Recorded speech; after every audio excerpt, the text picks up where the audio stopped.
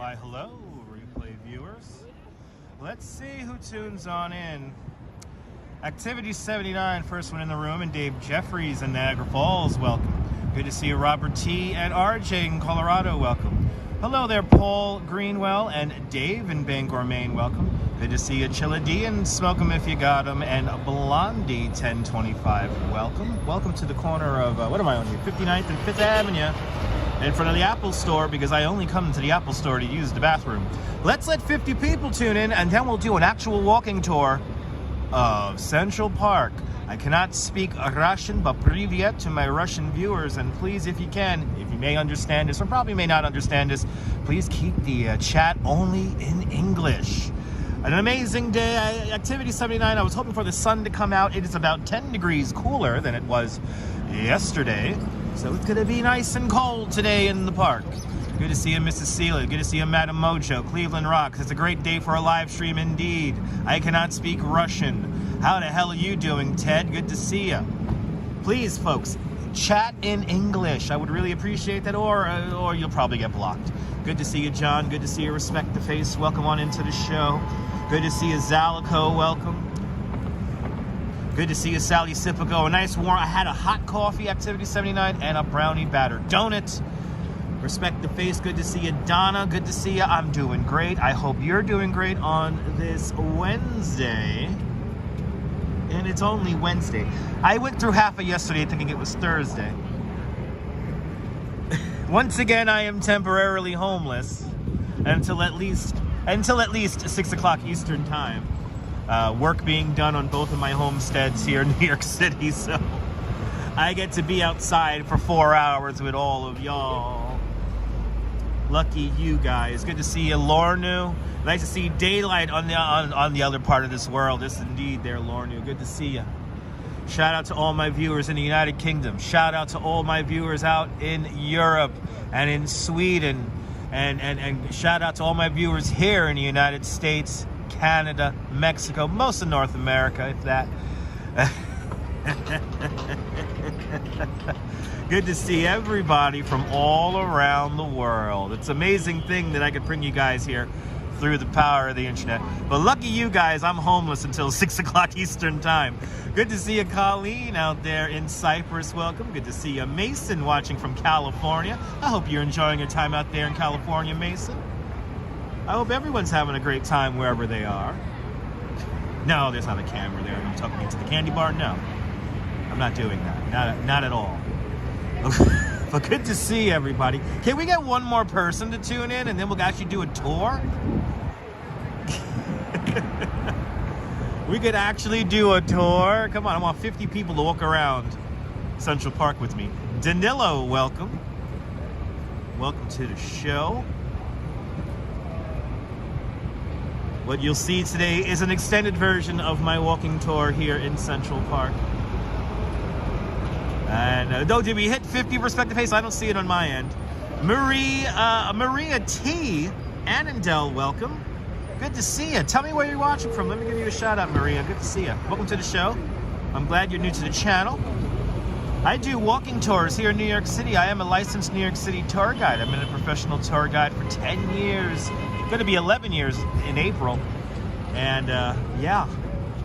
And it's Knightbot. Hello, Knightbot. Welcome. You see 56? I only see 50. I see 50, so that's good enough. Everyone, here we go. A walking tour of Central Park. Let's do it, everyone. Good to see everybody. Welcome to New York City, where all the tourists have left. Have all the tourists left? I need my city back to myself, damn it. Anyway. We'll get back to mermaid parades and fireworks Saturdays, or Sundays, or Fridays. All the days we're gonna have fireworks. Am I right, people? That's right. That's right, Activity 79, the best tour guide. No, Ted. No, I actually have no work this month. So there's a couple of things happening. It's a bit of transitioning happening right now with the companies I work for. And this month, there's just very, very, very few bookings. So yeah, I have next to no work this month. So I have to figure out how to scrape together some pennies to get by for February. So Full disclosure, everybody, full disclosure. The ABX girl, good to see you, ABX girl. Welcome to the show. The Plaza Hotel right here in front of me. I could daydream about staying in the Ella Louise suite. One of my fantasies, to hang out and stay in the Ella Louise suite. Bloody hell, it's windy out here. Sorry about the wind noise. Still waiting on my splitter to come in. And plus, to be honest, once you get below 40 degrees, the splitters tend not to work. Good to see you, Darlene. Welcome. Got some people about to cycle through the park across the corner there.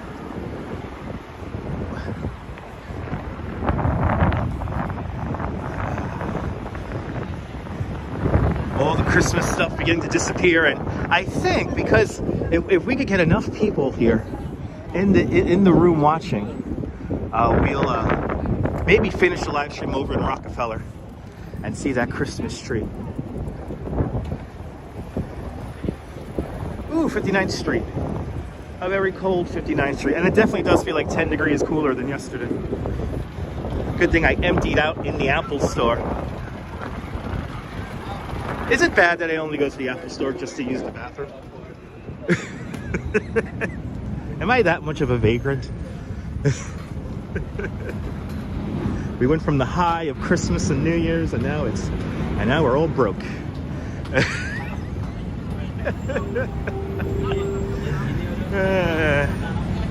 Lifelong New Yorker, folks. Let's enter the park. What gate is this? All Central Park entrances have gate names. Oh, this does not have a gate name. Okay. I should learn the gate names. All of them, anyway. Totally broke. That's right. Not really. I mean, I am broadcasting on an Apple iPhone 12 Pro, so I guess I did buy something from Apple to warrant or allow me to use their restroom. Anyway, as we begin to tumble into the park. Good to see you, Chris. Good morning. Yeah, need a new iPhone battery? Yeah. The new iPhone batteries, usually good. I just run my phone into the ground and then I get a new one. Full disclosure. Wow, we're gonna get a very real walk through Central Park today. A very real one today.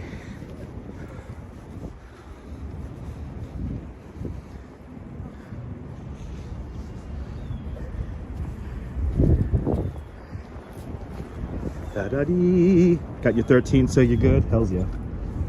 I need to get it up before March. The prices go up $20. Oh, really? Wow. That's kind of crazy.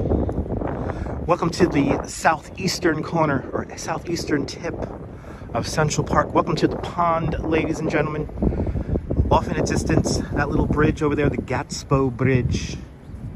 The Gatsby Bridge made of Manhattan schist, the bedrock of Manhattan Island. Hey, I have some schist right here at my feet. Here's some Manhattan schist. Do you see it's shiny?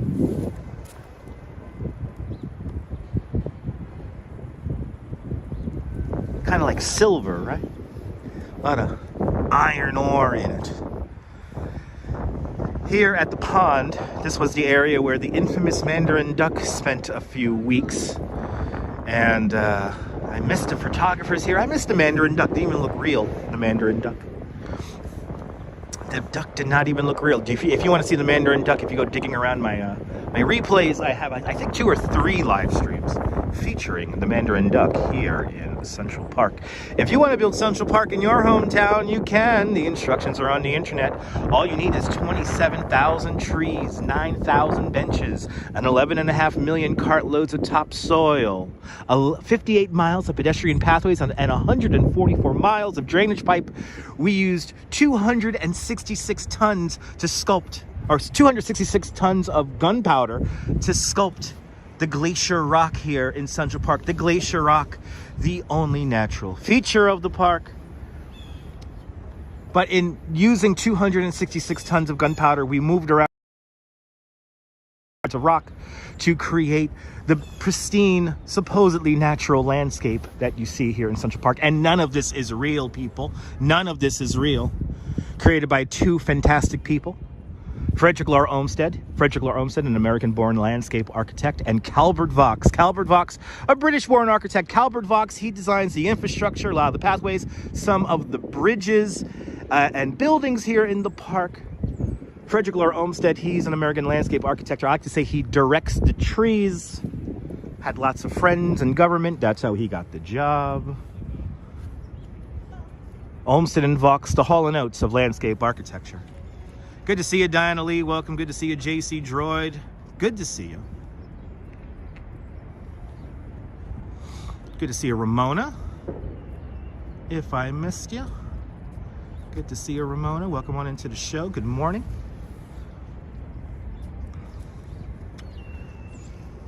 I am homeless until 6 Eastern time. Once again. Good to see you, John Laura. Welcome. Let's come around. Let's actually do part of my actual walking tour here. Todd Scott, good to see you. Freddie Olmsted, you went to school with him, eh? You went to school with Freddie Olmsted there. What school was that there? Was I here in New York? Let me know in the comments below over there.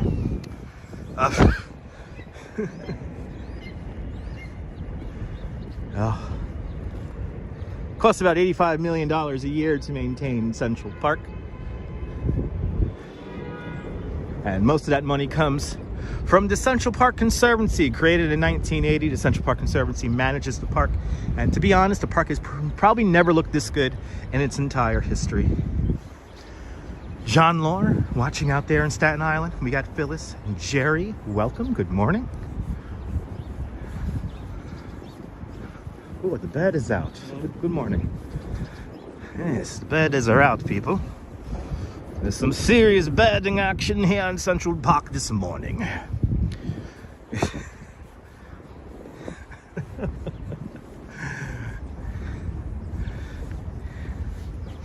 Who will we see in the park? I don't know. But we'll first make our way up to the Gatsby Bridge, and then we'll make our way over to the dairy. We'll see what's happening at the Kate Wallman rink. And then after that, I don't know how we're going to make our way up to the mall. We may do a rather dramatic approach to the mall today. The fun part about Central Park, it's kind of like a choose your own adventure. If you make a left or a right, the story dramatically changes. The crescendos change in amplification. So we'll see how the park plays out today.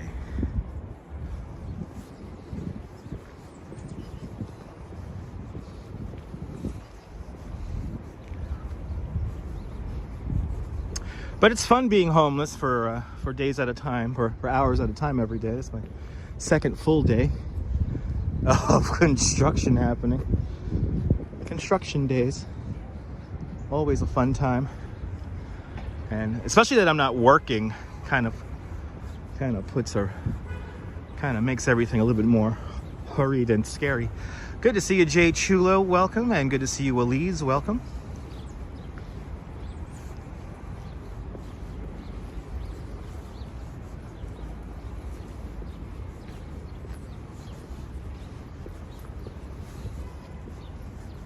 It's always on the move, Diana. Always on the move.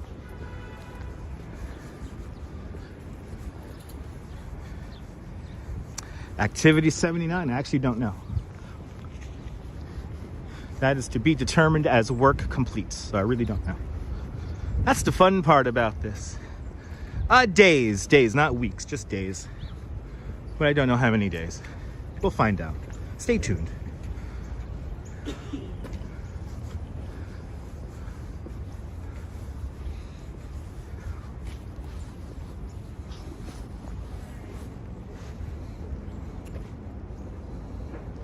JC, it's going great.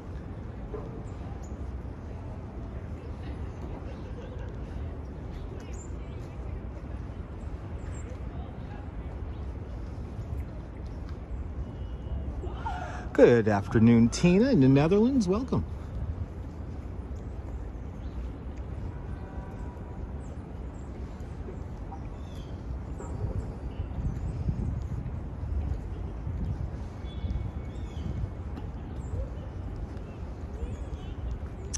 Lornu, no updates as of yet.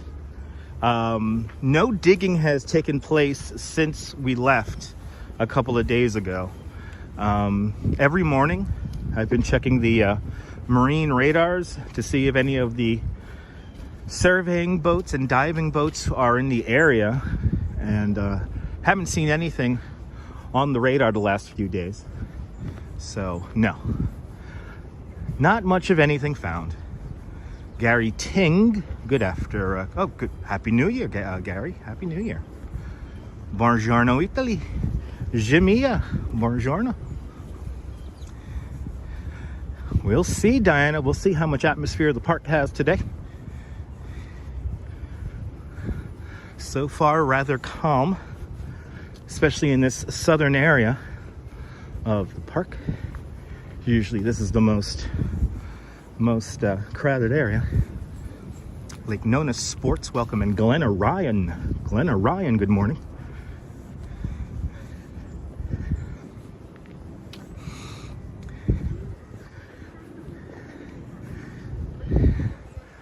Okay, looks like the Kate Wallman rink is open. So we'll see some skaters over there in a minute. Rosalind, good to see you, welcome. Just off to my right hand side, the Hallett Nature Sanctuary here. An area that, well, it's not real nature, but it's the most, kind of like a ramble, mini ramble here in the southern end of the park. Off limits some part of the time of the day. Hallett Nature Sanctuary. How many degrees is it in New York today? Well, in Fahrenheit, it's like, I believe it's 38 right now, 37, with a real feel of like 20, 29, 30. But here's the weather, sponsored by John Lore, out in the great borough of Staten Island. Across the East River in Brooklyn, it's cloudy. The temperature is 39 Fahrenheit. That's 4 Celsius to you and me, with the wind blowing out of the northeast at 5 miles an hour. That's 8 kilometers an hour to you and me, with a relative humidity of 52%. How's that? I read all the comments. Mish, good to see you.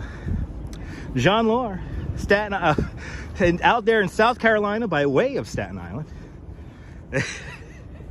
See, John, I'm like a robot, John. If you watch this channel enough, it's like Groundhog Day. It's just like Groundhog Day.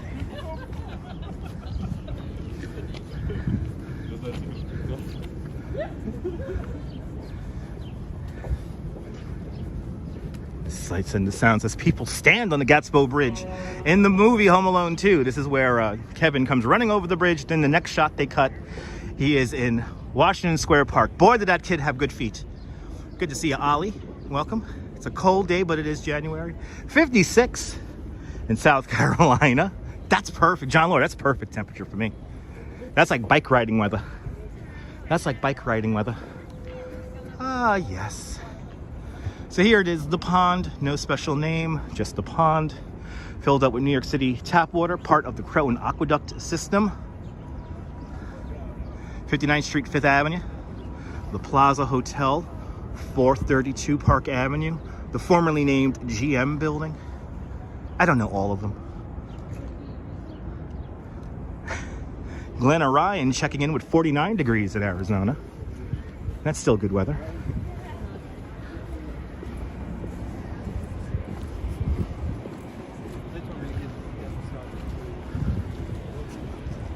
Darlene checking in Cleveland with another 48 degrees.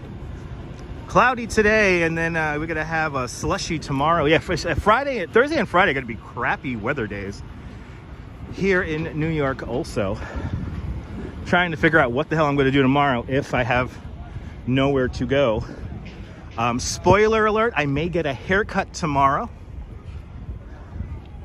So if anyone asks me in a future live stream, hey, you got a haircut, say, oh, that's old news. Good to see you, Mark. Welcome.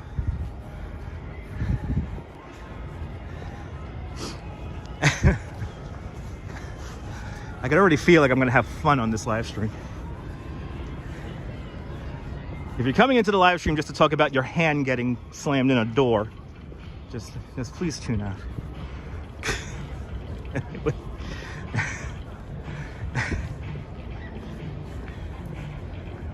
Ooh, playing a good song. Let's get it for the boy. Yeah, haircut's always big news, John. Everyone's like, oh my God, you got a haircut. And it's like, yes, I got a haircut. The last time I got a haircut, by the way, was before Marathon Sunday. So it's been 2 months. Brian Davis, good to see you, Brian.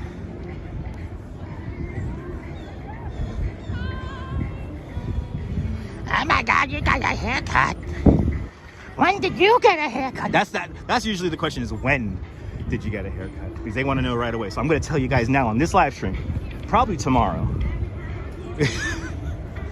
So when somebody asks, say, oh, that's old news. Why are you asking?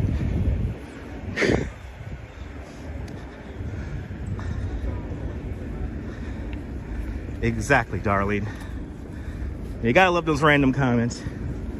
Yeah, somebody was insistent yesterday to talk about their hand being jammed in a door. Which is like... Need a map, guys. Help. So you don't want to ride a bike on, bicycle paths. You gotta walk the bikes. Nothing wrong with getting a haircut. No, but everyone wants to know about it. Oh, awesome, Darren. So Mark, no information about the bone rush. Nobody has dived there in the last couple of days. I've been checking on the marine radar to see if any boats have been in that area, and nothing. The last day we were there, the city of New York also stated put a little blurb in the news that anyone looking for stuff has to get a permit. So I think that's why they may have stopped. But also the weather has been playing a role. The tides are pretty rough over there right now. So yeah. So I've been keeping track of that. There's a possible idea for maybe a tusk was found via radar, and but it's very unlikely. There is one possibility that may be happening, and if Dirty Water Don is watching, yeah, yes, I've heard about this too. What I'm about to mention is that the people who are involved with the digs have various Discovery Channel shows that they want to get attention for, and to talk about a big bone rush happening in the East River is a way to drum up support. Now, while that's possibly true, I just find the whole story fascinating, and if nothing comes of it, we have new subscribers and we have new people that are following us. So for that, I don't mind. So anyway. That's the further bone rush news there, Mark. Glenn Orion, what you're looking at is the dairy. The Central Park Dairy, one of the 4 original buildings built for Central Park. The building was designed by Calvert Vaux. It was completed in 1865, recently remodeled and refurbished. It's today a gift shop. But back in the day, it was a dairy where you bought dairy products like milk and cheese. Evidently, young children needed milk back in the day. And when the dairy first opened in 1865, if you can imagine, there would have been cows grazing right here. There would have literally been like cows, not necessarily that provided the milk, but cows to make it look like a picture. And to give you the illusion that, oh my God, they got cows, and yes, I could get back, but you could get cold milk and ice and various dairy products like cheese there.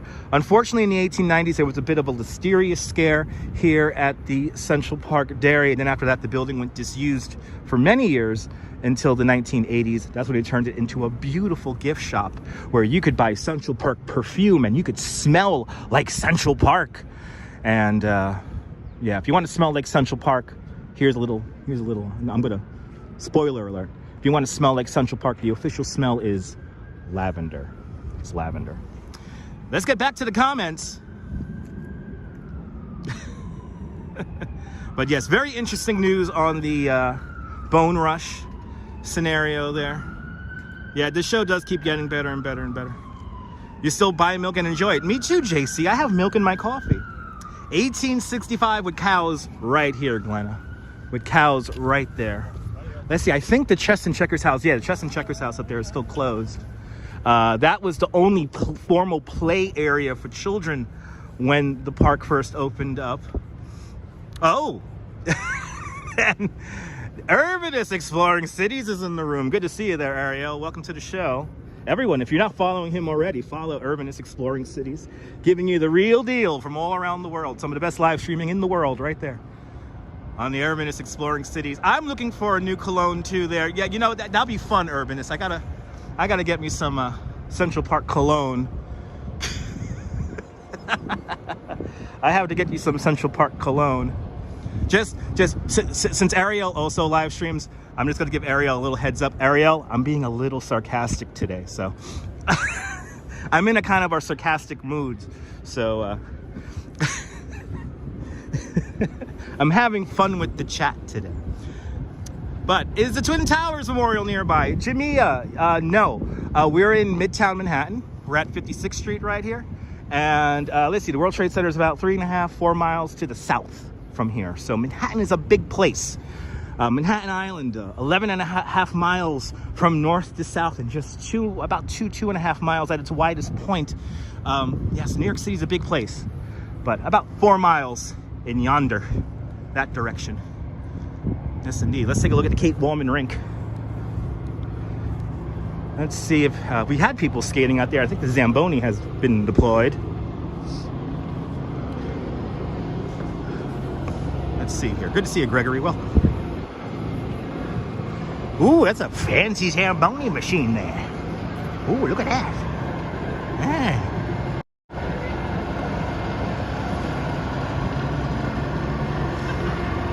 Yes. The Central Park Conservancy spent perfect amount of money decorating that Zamboni. Certainly looks like a piece of art on wheels there. Rather. Perfect for the, how the kids call it, the Instagram.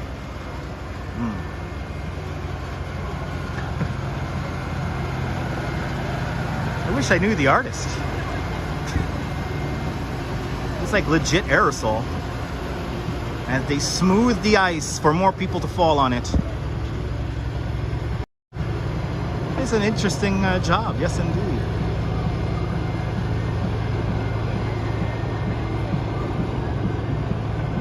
I want to go too. It's a nice job. Probably pays well. I wonder if it's union. I know he has health care.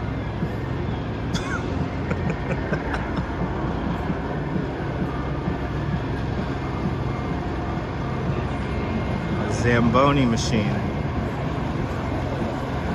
I think the ice skating rink stays open until April or May, Gregory. I think April. I may know a lot about Central Park, but operating hours for the Kate Woolman rink, I'm not sure of. But probably April. I'm going to say April.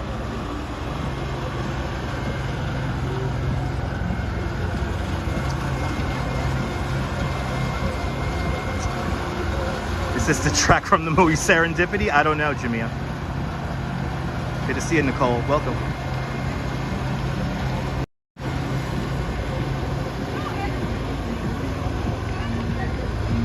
All right.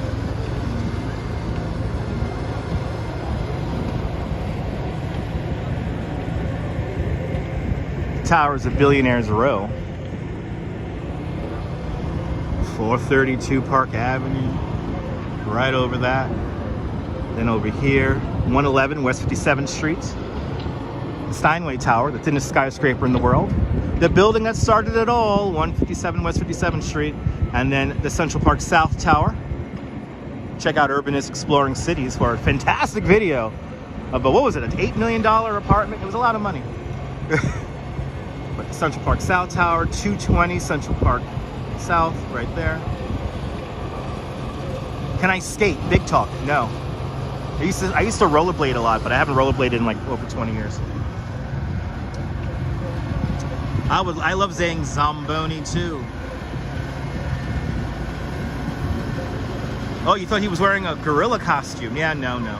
That'll be cool though. Need your glasses. Break out your glasses. Which penthouse is higher than the observation deck at the One World Trade Center? Right here. The highest occupiable floor in the Western Hemisphere. Can you see the balcony? There it is. That is higher than One World Trade right there. Now the building in its total height is not as tall as One World Trade Center. But that floor height, it's like 60 feet higher than the observation deck at One World. More than welcome, Captain. If I had that balcony right there, I would stay out there for hours. I would never get off that balcony. Yeah, Gregory, I don't think I could live in a tall building like that. I don't think I could live in a tall building like that, especially one with a tuned mass damper. Yeah, it is crazy high.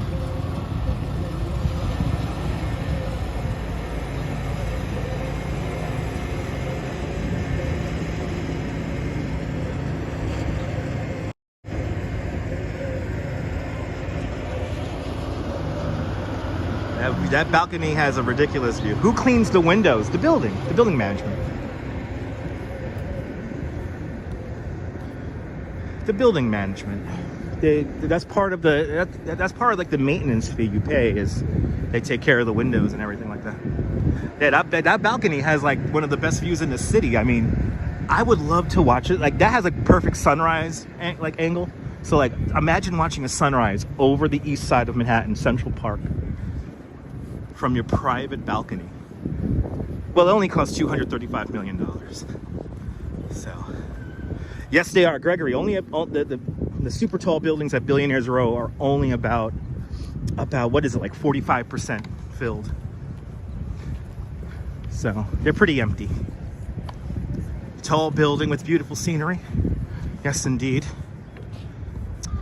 You read that they have yes. Well, some of the buildings have things to allow wind to pass through the buildings, but all the buildings do have a tuned mass damper.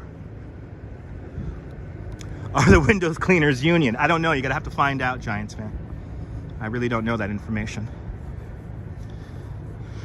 Joker Cruz, good morning, and Johnny Black. Yeah, 235 million, Johnny Black. And then there's another building, 220 Central Park South, this one right here.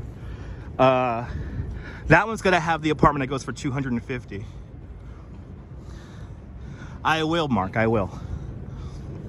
I absolutely will. Brian Bell, good to see you.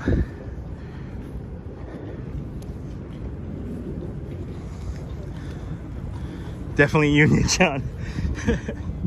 Central Park, it's always on Central Park. Beautiful scenery indeed. Welcome to Central Park. On my left-hand side, coming up, is going to be the Central Park Carousel. The current Central Park Carousel, built in 1919 out in Coney Island, brought over here in 1954. Replacing, well, a long time ago, when the first carousel was there, it was a mule-powered carousel. Quite expensive to ride. Sunshine after the rain, good to see you. Can't do anything in New York City without union. Well, a lot of things you could do. I mean, look at the Leaning Tower of Lower Manhattan. That's a non-union job. How cold is it out here? It's like 38 degrees Fahrenheit. Even if you had that kind of money, me too, Gregory. Me too. Hello there, Sean. Just did a 10-mile run. Hope you're feeling good. Shout out to everyone watching in South Carolina. Yeah, no snow. When the weather comes back into town Thursday into Friday into Saturday, it's gonna get warm again and it's gonna be all rain. Pretty much, Johnny Black, pretty much.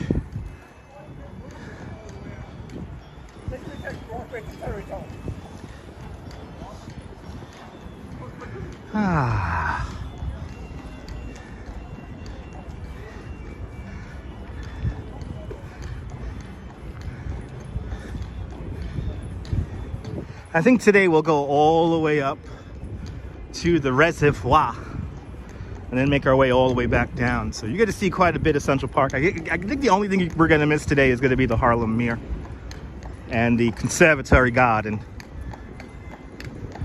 But I think we're going to pretty much see everything else.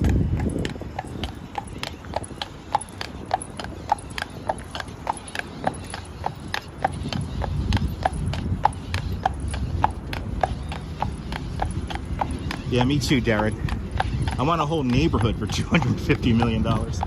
But to be honest, if I hit the mega billions, I'm putting more lights on that parachute jump. I'm gonna put more lights on that damn parachute jump in Coney Island. And I will build a dark ride for Coney Island, USA, right next door. I'll buy a bunch of property and I'm glad you're enjoying the tour, Diana. Where Sean is, it's 18 degrees, feels like 5. Turn on the heat. Tina, they're working horses, so I don't pity them because they are happy for what they're doing. And in most cases, a lot of these horses may be put down. Now, their commute into work, yes. Then I will say poor horses, because to commute on the west side of Manhattan is not fun. And I wish I had better living conditions. But I think the horses do have a place here in Central Park.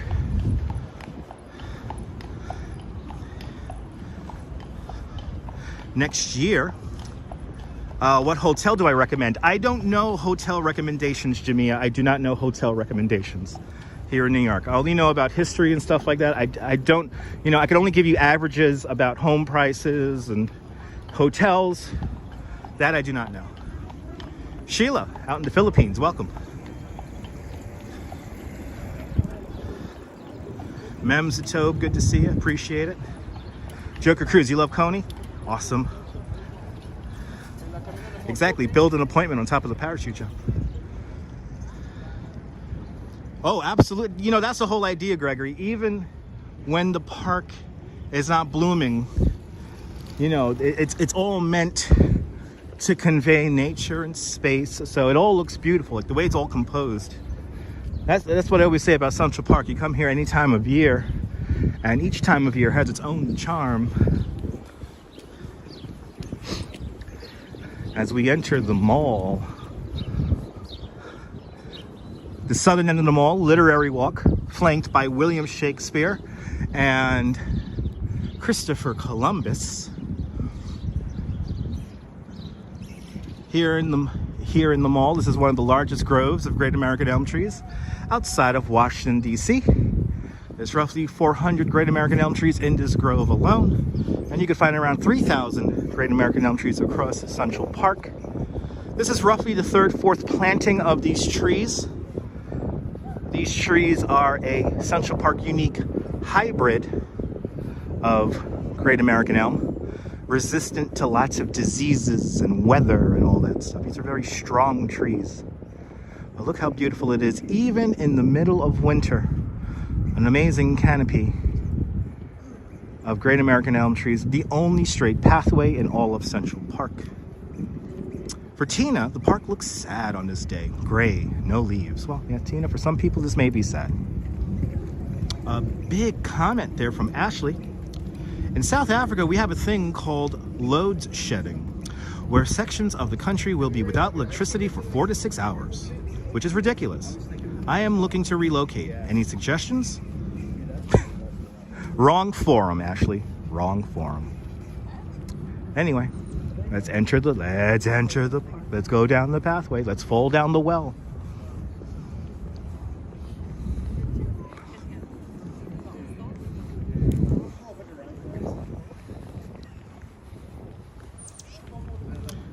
Ron in the Netherlands, welcome from Rotterdam. I've been to Rotterdam. It's a lovely place.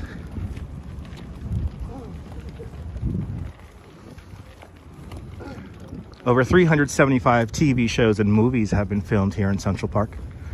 Probably one of my favorite movie scenes that's ever filmed here in Central Park is probably there's a big dance scene in Hair that takes place right here. Also, this is where the father teaches his son how to ride a bike in Kramer versus Kramer.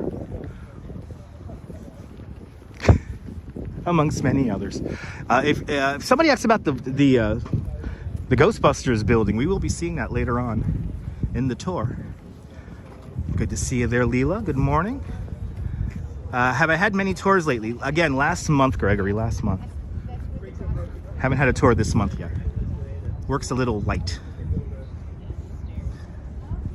Giants fan, I was just there. You missed out, Giants fan. Sorry about that.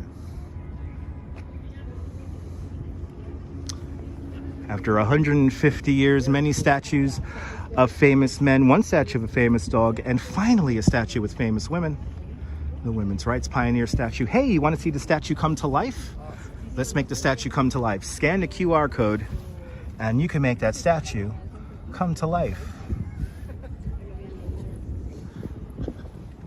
Lynette Jackson, good to see you. Welcome. And Damien, Happy New Year. No, January is usually never big for tourism. And yeah, I have pretty much nothing booked for this month. So I'll be doing a lot of YouTube, and considering that both of my residences have ongoing construction right now where I really can't be in the house, it's a little tough these last couple of days. So.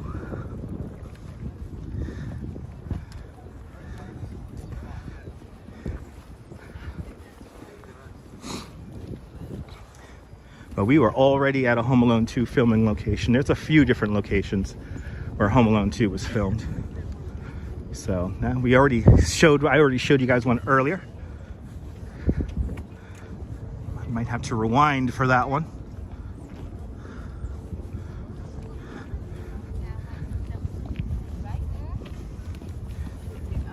Yeah, Johnny Black, the city is for us New Yorkers right now. So the real New Yorkers get to enjoy the city now.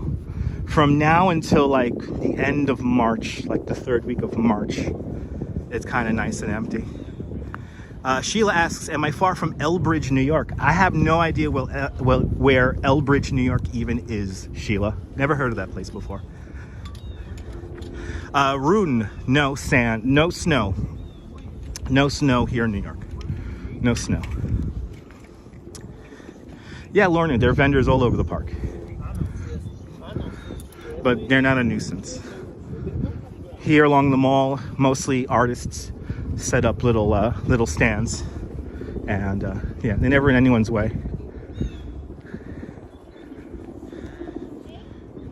Kia ora, Les. Kia ora out there in New Zealand.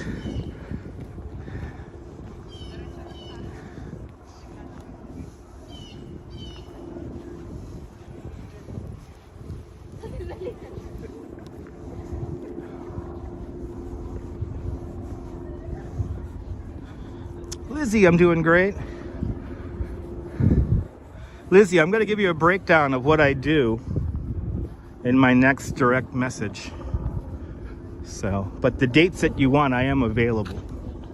And of course, it all says, it all depends on weather. But to give you and other people who have an idea who want to come on a tour with me, basically, prices are per person. The longer the tour, in a sense, the cheaper I am. And we do focus on the place that you would like to see. So, but I'm going to give you a little bit more an idea of I'm going to ask you what you really want, Lizzie, and then we'll figure it out from there. No music just yet. But hello, Adam, welcome. I'm Ahmed from Turkey, Merhaba, Turkey. Good to see you, Marco from the future. Are you out there in Australia or New Zealand? Welcome. Oh, that's one of my favorite scenes, Gregory. That's one of my favorite film scenes of all time. The opening scene of Breakfast at Tiffany's. That's down there where we started the live stream. Damien, you know what I do as a tour guide is I turn what we're looking at into a show. You know, Ramona could vouch for that because she's come on quite a few already. It becomes like a show. And then as we make our way through, wherever we're making our way through, we get little factoids and little food for thought. Let's catch up with the chat. There's a lot of stones to put down. Yes, it is. Yes, it is. Oh, wow. Elbridge, New York. It's 4.5 hours south. Oh, New York City is 4.5 hours south. And wow, that's like way upstate New York. Ah, New Zealand. From New Zealand. Good to see a Marco from the future out there in New Zealand. Oh, not from New Zealand, from Germany. Oh, well, guten Tag. Well, compared to the East Coast, Germany is in the future also. JC, Central Park is a fantastic spot to get exercise. So this is Frederick Lahr Olmsted Calvert Vaux Way. We're roughly at 72nd Street in the grid. We have walked down the mall, and now we have entered Bethesda Terrace and Bethesda Arcade, the heart of the park. Who remembers in the Avengers? This is where Loki teleports from, right here. Good to see you busy. And here is my angel. The angel of the waters. The Angel of the Waters fountain, built to commemorate the opening of the Croton Aqueduct system way back in 1871. This is the first public commission piece of art, first public commission work of art for the city of New York, designed by a woman. Her name was Emma Stubbins. Good to see you, Susan. Welcome. The angel, hand outstretched, blessing the waters of Bethesda. The fountain references the Gospel of John. Just beyond the Angel of the Waters fountain is the lake. No special name, just called the lake. And then beyond that, the most wooded area here in Central Park, and that is the Ramble.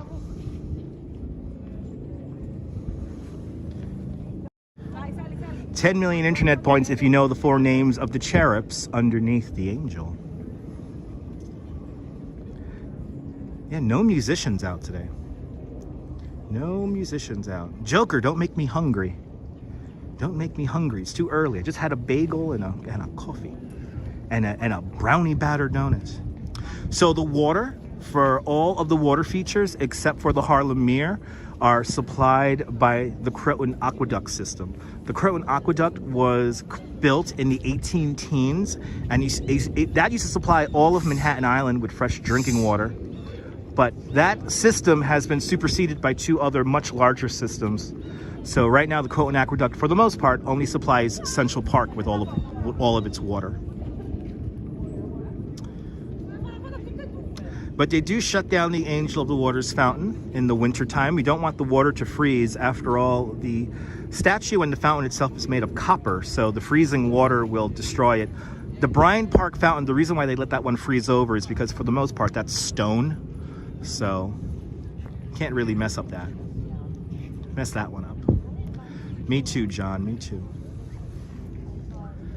Today we're going to walk up to the Jacqueline Kennedy Onassis Reservoir, and I'll describe a little bit later on how the actual Croton Aqueduct system worked. So stay tuned, and I'll show you some remnants of that. And of course the Jacqueline Kennedy Onassis Reservoir, which predates the park. That was built in 1812, and that was a receiving reservoir for the Croton Aqueduct system. Let's make our way through Bethesda Arcade, and I'm going to show you the meaning behind Bethesda Terrace. Bethesda Terrace, designed by Jacob Ray Mould, also in 1871. This landscape here is meant to be a kind of a celebration of the seasons. So I'm going to show you the 4 seasons right now. 10,000 internet points goes to Damien in 1981. The 4 cherubs underneath the angel are health, purity, temperance, and peace. Thank you so much, Damien, for the information there. 10,000 internet points for Damien. Damien was paying attention. Appreciate it. Got a big smile on my face now. Because I always forget about the names of the 4 cherubs. I always forget the 4 names. I should memorize that, but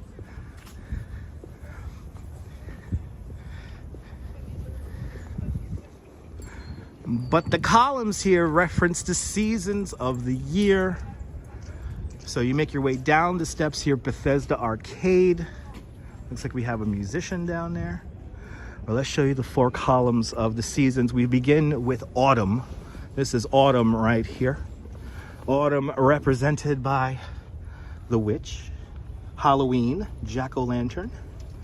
And then we have the owl. The days are getting longer. More night, owl, a bat. And then of course in autumn we go back to school. So we have our school books here, and we study by candlelight or oil light. And then on the other side here is spring. Spring, we have the harvest, the spring harvest right there. And then of course spring, we have more sunlight, or earlier sunlight, so the rooster is all awake nice and early. And then of course more sunlight, so here's the sun, people. The sun. There it is. And now let's see winter and summer. That's on the other end. But first we're gonna make our way into Bethesda Terrace and now Bethesda Arcade. Bethesda Arcade features 15,000 hand-painted tiles. These tiles are called the Milton tiles. They're vaulted onto the ceiling of Bethesda Arcade, and it is the only application of Milton tiles vaulted onto a ceiling. You can find Milton tiles in a little place like the White House and the U.S. Capitol. But what we're going to do right now, we're going to walk through it. And again, Diana Lee, this whole area was carved in 1871. Good to see you, certainly, Gail, in Camden, South Carolina. And again, the columns, 1871, everyone. This entire landscape was created in 1871. 1871, all these things were created, and sometimes they were recreated because, again, this is all sandstone here, so some of the stuff is repaired and recreated. But let's enjoy the 15,000 hand-painted tiles and Milton tiles here at Bethesda Arcade. I'm going to be quiet. Here we go.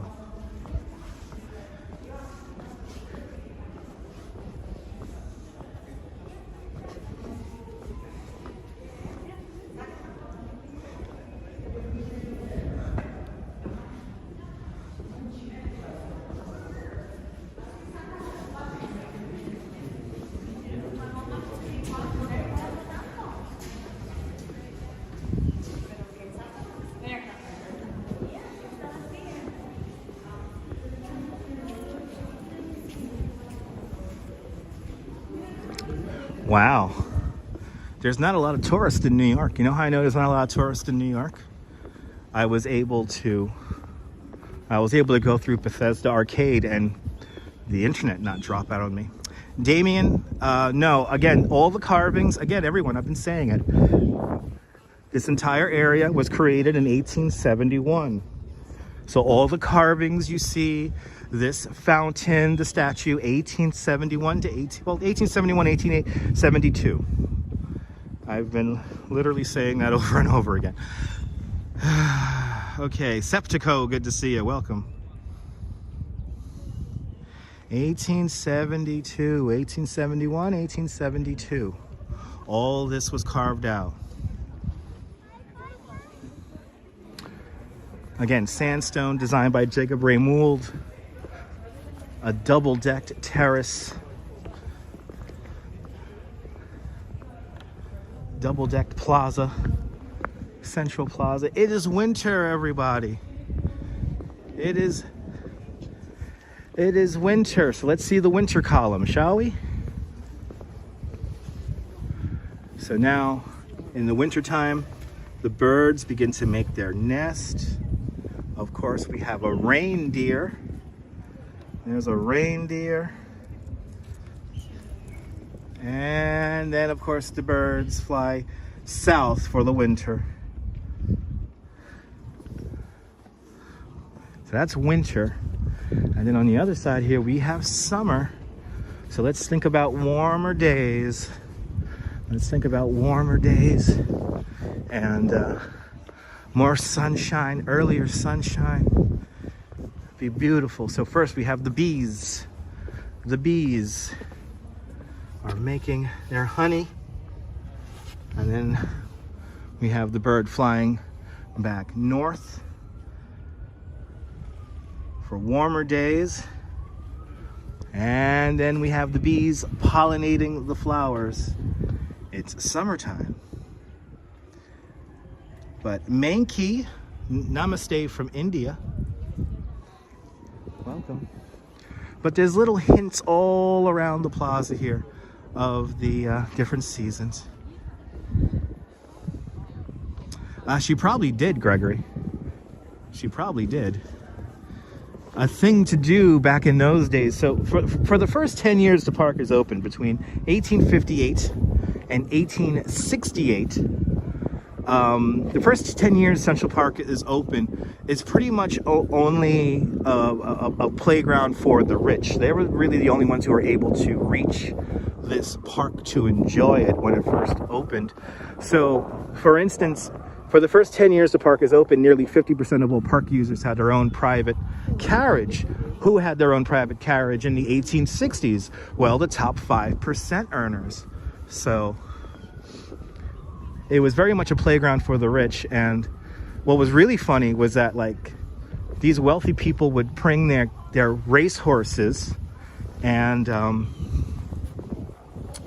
they would ride them around the park as fast as they could. Like, it was like, oh, I have a faster racehorse than you. And they would ride around in their carriages, in their tricked out, souped up carriages.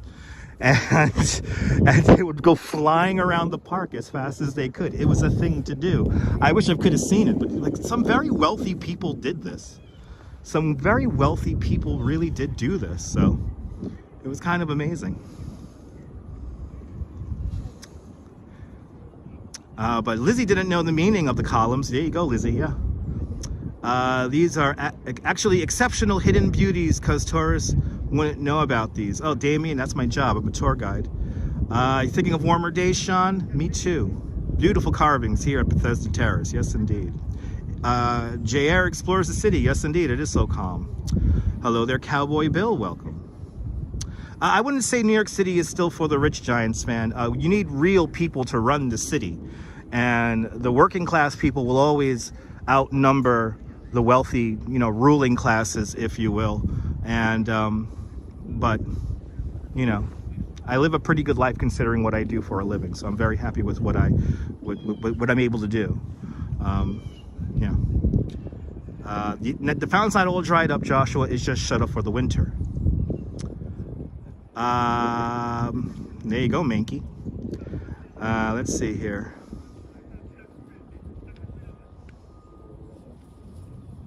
Okay. There you go, John. Appreciate it, Cowboy Bill. No snow yet, Joshua. No snow yet. All right. Anyway, this is the lake. This is the lake here. We're making sure that nobody goes into the ice here in the lake. Do not jump on the ice here in the lake. It's not very good. But bonjour, France. Bienvenue. The Loeb Boathouse off in the distance over there. The Rambles. And then if we go off in that direction over there, that's Strawberry Fields. We're going to be going there a little bit later on. We'll be seeing a lot of the big landscapes here in the park, so stay tuned. A timeless view indeed, yes.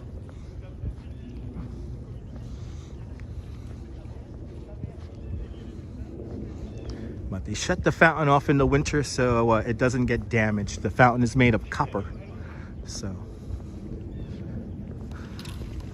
yeah, Lizzie, you could really enjoy the city when not too many people are around. I mean, the holiday season this year was just crazy, so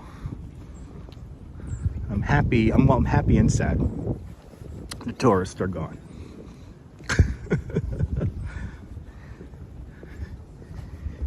That's why I'm doing this live stream for all of you. Mankey, this water is always flowing. This water is not stagnant. It's part of a aqueduct system. So this water is always coming in, being drained out, all that stuff. My foot's fine, Mark. My foot's fine. Thank you. As we look towards the west along the lake, we have the twin towers of the Eldorado Apartments. The Eldorado Apartments. One of my favorite little factoids is that when Barry Manilow used to live in the San Remo Apartments, he used to sublet to Raquel Welch. Kind of fun. Bruce Willis, Demi Moore lived there when they were married. Let me see here. Steven Spielberg and Steve Martin still have residences at the San Remo. JR, you got to come up for the Mermaid Parade? Awesome. There's a time check from France. Awesome. Damien, you want to see graffiti here in Central Park, and that's thanks to the Central Park Conservancy. The Central Park Conservancy does a very good job of keeping all kinds of graffiti out of the park. Also, they do have private security that sweep the park every night to make sure nobody sleeps in the park. So the park is very well maintained. No, Giants fan, we're going to walk through the whole park right now. Well, not most of the park. We're going to walk through 3/4 of the park. But even up in the Harlem areas, it looks just as good as it does down here. It costs around $84 million a year to maintain Central Park.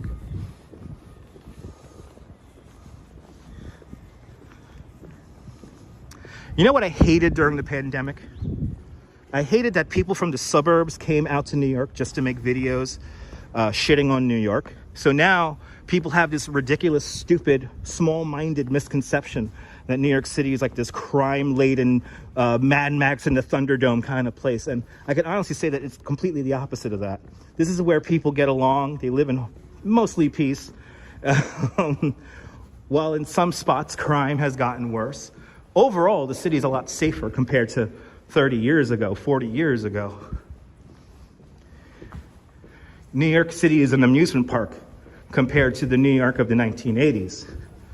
And part of these live streams is to break that misconception. But I know other much more popular live streamers and YouTubers like to show like the garbage on the ground and, oh my God, look at this guy shooting heroin or having a mental breakdown in the middle of the street. I get it. It gets views. It's kind of exciting to watch if you're into that kind of garbage. But I'm here to show you the best of New York City. I like to keep it in a positive kind of mindset. But if you're going to come into the live stream and just say that, you know, New York City's a mess and it's a crime-laden cesspool of a human existence, yeah, I'm going to disappoint you.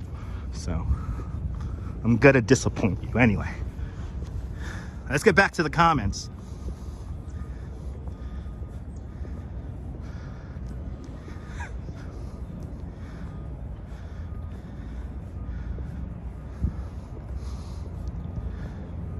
What is the best time for weather for a first-time tourist?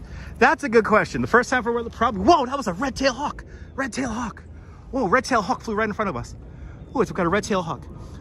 Probably the best time to come to the city is springtime. Springtime. Probably the best time. Look at the red-tailed hawk. Oh my God, he flew right in front of us. Irene, welcome. There he is.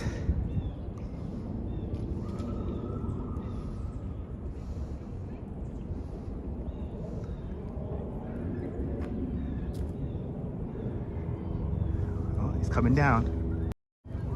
I think he's getting a pigeon. I think he's lining up for a pigeon there. So come into springtime, like come into April or something like that. Like if you don't want big crowds, like April is a good time to go, or April or May. And then like June, July, August are like everything's happening in those months. It's a lot of fun, but it gets very crowded. And the same thing goes with Christmas time.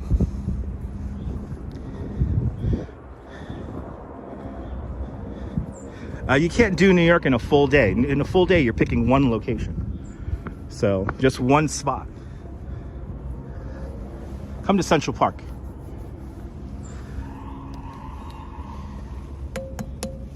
Good to see you, Hans. I'm happy they cleaned your book, Hans. Hans Christian Andersen here reading The Ugly Duckling to a Duck. And I'm happy they got rid of the... that had graffiti on it for a while. But the Central Park Conservancy does such a great job keeping the park clean. Here's the conservatory water. The conservatory water, also known as the model boat pond. If you saw the movie Stuart Little 2, this is where the boat scene, the boat yacht race happens, is right here. We're looking towards 5th Avenue. And let's go say hello to Alice right now. Let's go say hi to Alice.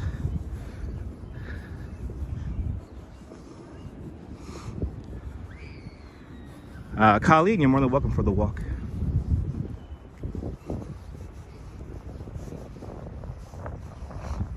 Oh my God, sunshine after the rain, a beautiful view today. It's a little chilly, but ooh, and red-tailed hawks are really alive today. Wow. Irene, I love New York too. Ah, awesome, Captain. Mankey, over 375 movies and TV shows have been filmed here. Oh, Irene, you're in Brooklyn. Awesome.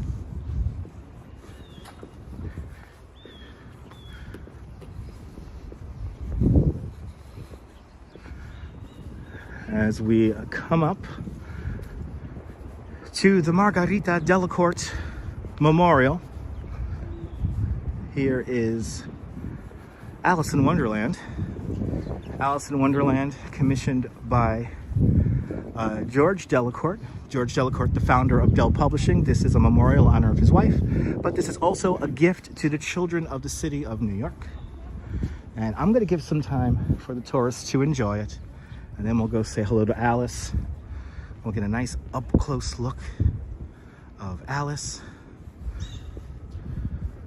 Let's enjoy the view here along the Conservatory Waters, looking out at 432 Park Avenue, 111 West 57th Street. The MoMA Tower is right there, 157 West 57th Street. The Central Park South Tower right there. As we look towards the south,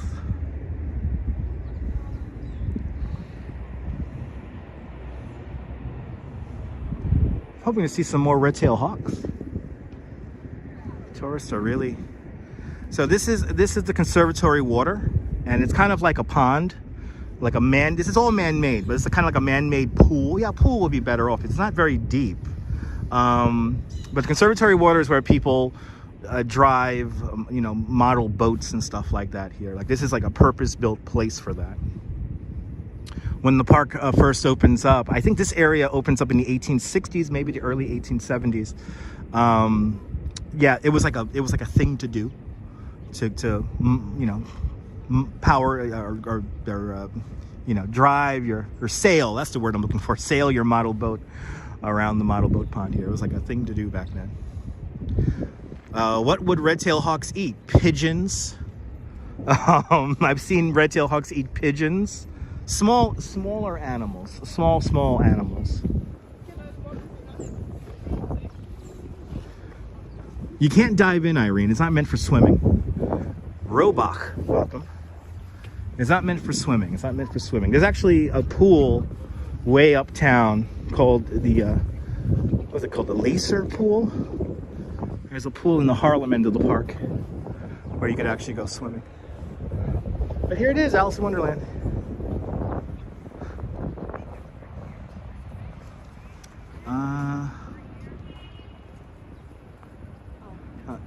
Okay, Irene, I'm gonna go by your last comment, which is, wow, you can dive in it, question mark.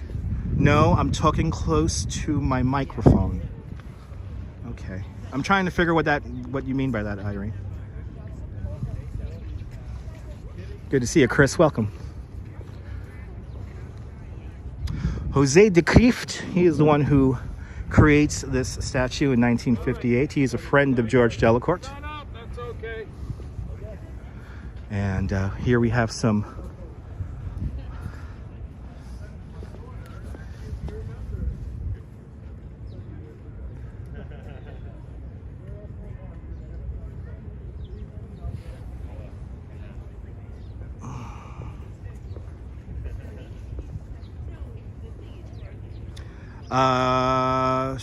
am I talking too close to the microphone, everyone? Let me know.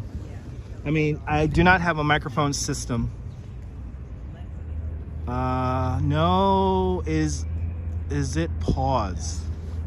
Okay, let's just get through this chat before I even move. Okay.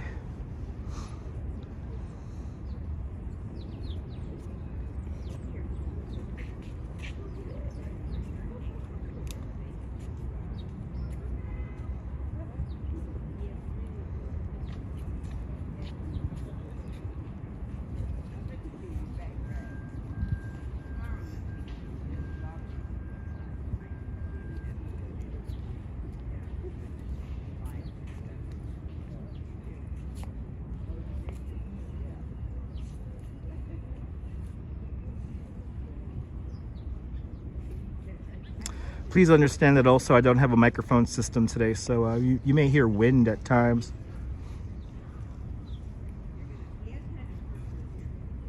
Jay Chulo, welcome to the show.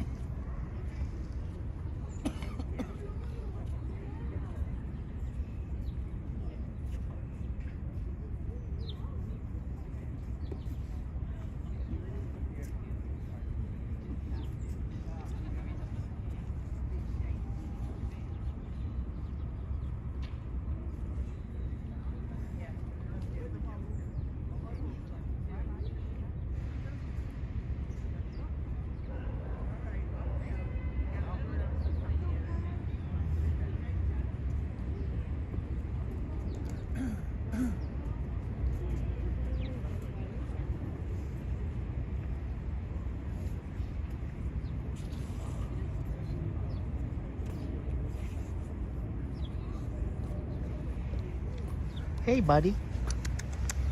Oh, don't fly away.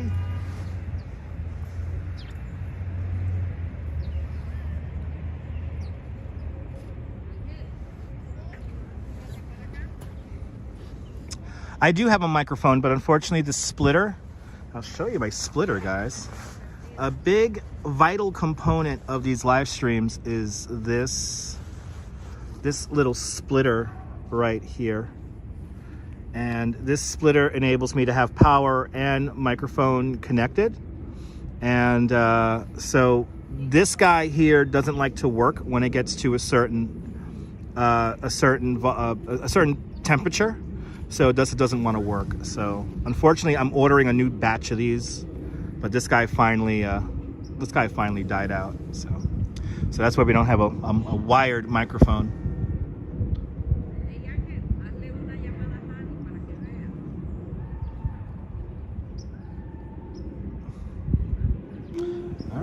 Well, Jose de Kreeft, he is the one who designed this statue.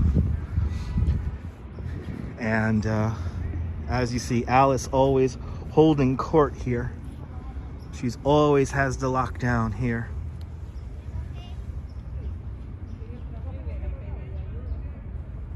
So this is a gift to all the children of New York. If you ever come to New York, I want you to do something. I want you to say hello to good old George Delacourt. He is right here. He plays the role of the Mad Hatter. And for good luck, just like Hans Christian Andersen, rub his nose. I'll see you later, Alice, huh? I'll see you later.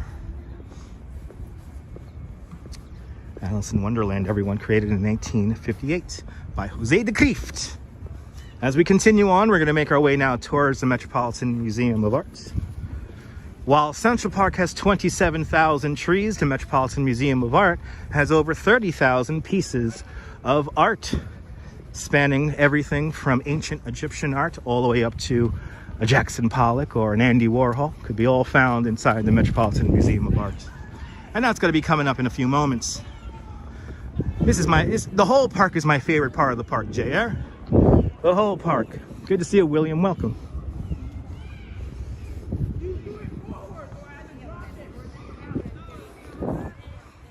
Hope everyone's doing great on this Wednesday.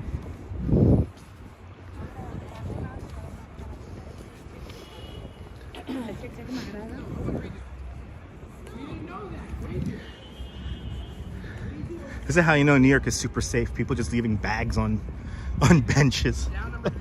That's how you know New York is safe. If you need any indicator that New York is safe, when New Yorkers move that far away from their bag.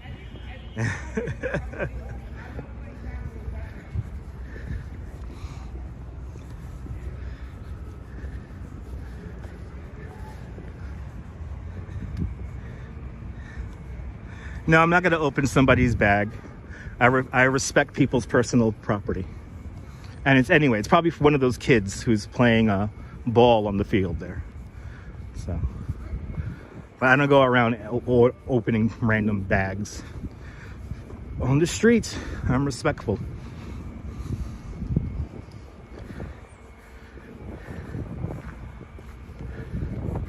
As we walk underneath the Glade Arch, let me see here. Should I just walk up and over?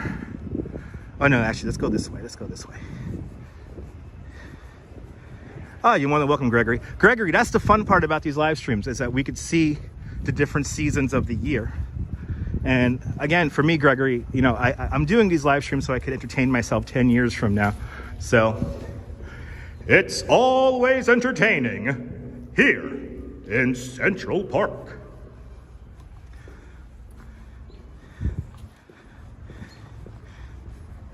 You know, I'm not very well versed about the Central Park barber, so I wouldn't know, JR, I wouldn't know.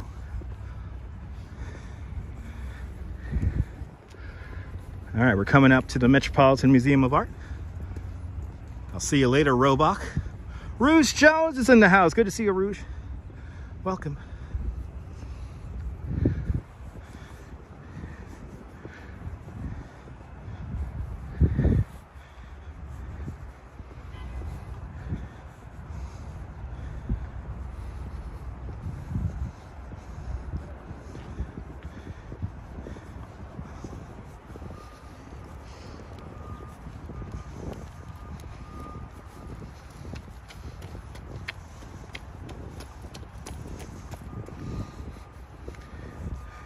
Coming up next is going to be one of the oldest objects in all of New York City.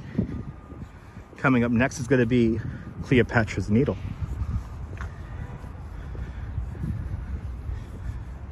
And after that, we're going to go up and over the Jacqueline Kennedy Onassis Reservoir. We're going to talk a little bit about Seneca Village, the largest habitation here in the park. We're going to be passing by the zoo near the end of the tour. We won't be going into the zoo. We're going to be passing by it. If we're lucky, we'll see some sea lions. JC, again, over 375 different TV shows and movies have been filmed here in Central Park. Never seen the park so dead? I have. In the winter.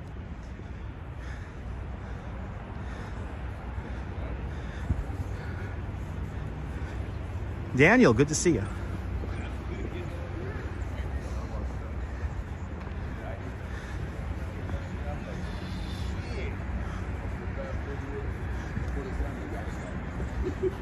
All right.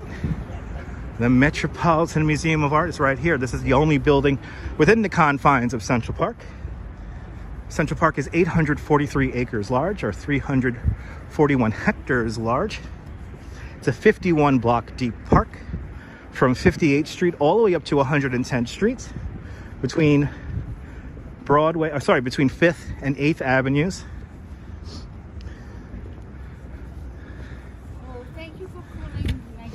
Central Park was originally only supposed to go as far north as 103rd Street, but they decided to add to the park and extend it up to 110th Street. The construction for Central Park begins at around 1850, 1852. The first section of Central Park below 72nd Street opens in 1858. The full park is completed pretty much by 1872, but we're still building landscapes in the park as late as the 1880s and 1890s. Cleopatra's Needle, right over there. Rouge Jones, I'm glad you enjoy our walks around Central Park, and thank you so much for being a member of the channel. Really appreciate it. Neville, good to see you from Toronto, where I will always call it the Sky Dome. The Rogers Center. Yeah, okay. That will always be the damn Sky Dome. Anyway, as I go off on more tangents, we got to get an up-close look of Cleopatra's Needle here in a moment. Good to see you, MLV, from balmy Houston, Texas, where it's 75 degrees. Haven't been to Central Park since 1986. Welcome to Central Park.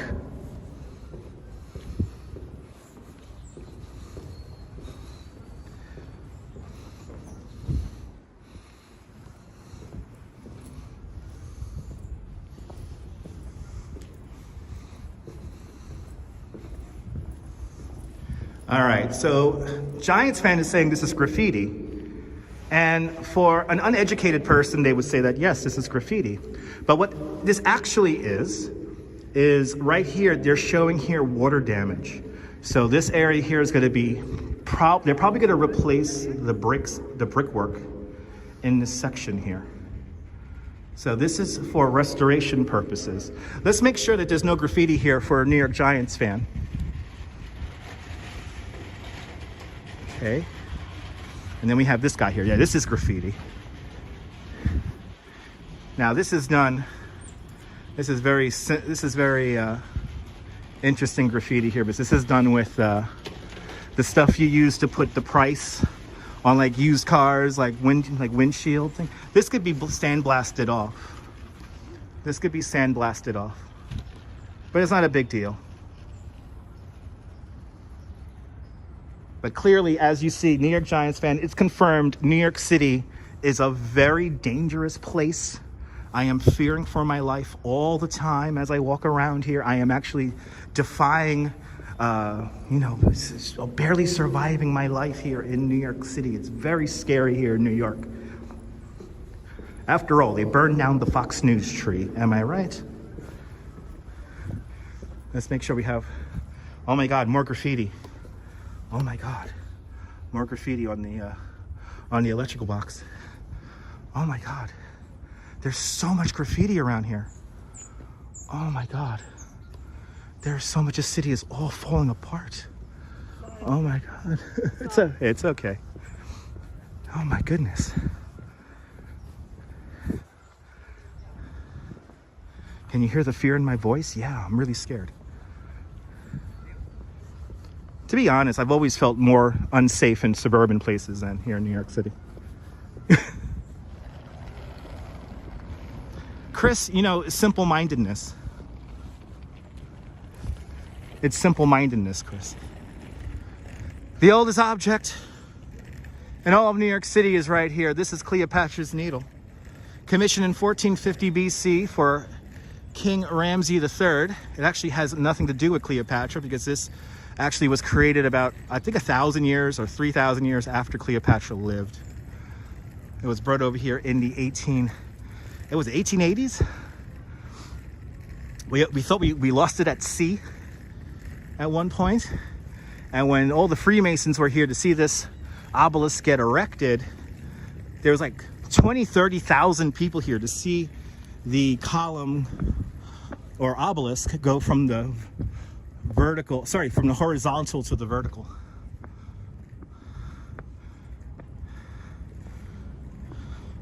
Yes, indeed, Leela. Yes, indeed. Go to Athens if you want to see real graffiti. Yes, indeed.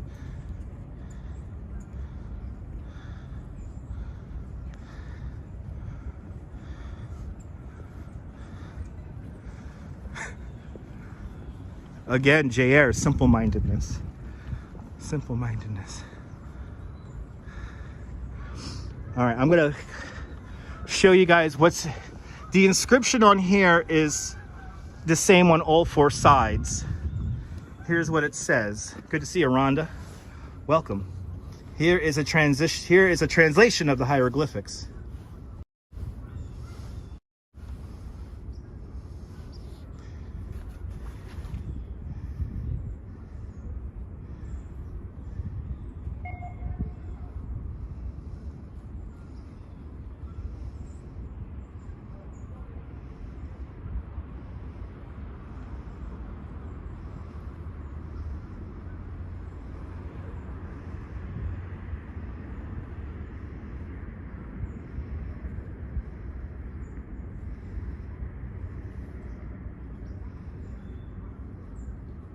So this obelisk comes from Heliopolis in Egypt.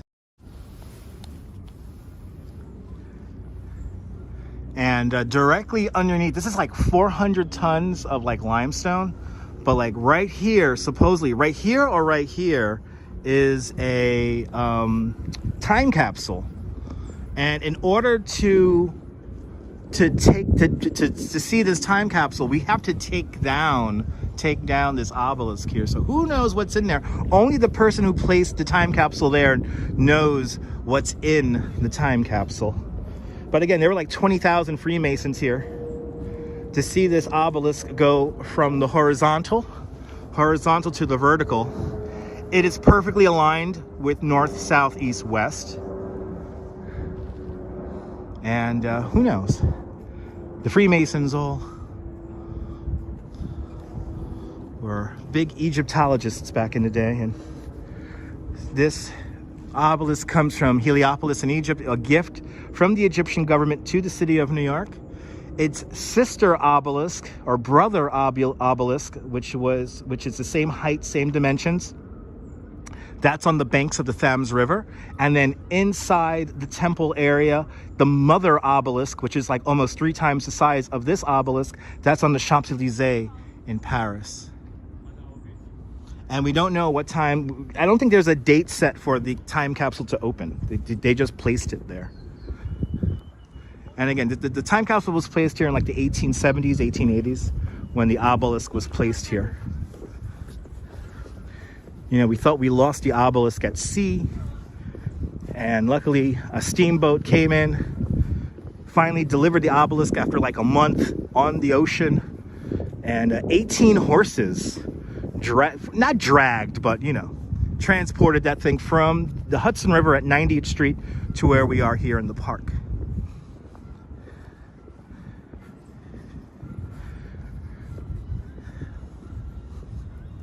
Yes, it is, Chris. Yes, it is pretty amazing.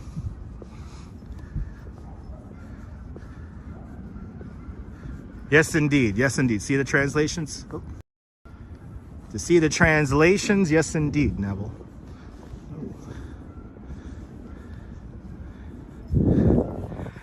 JR, if they ever do open it, that will be very big news.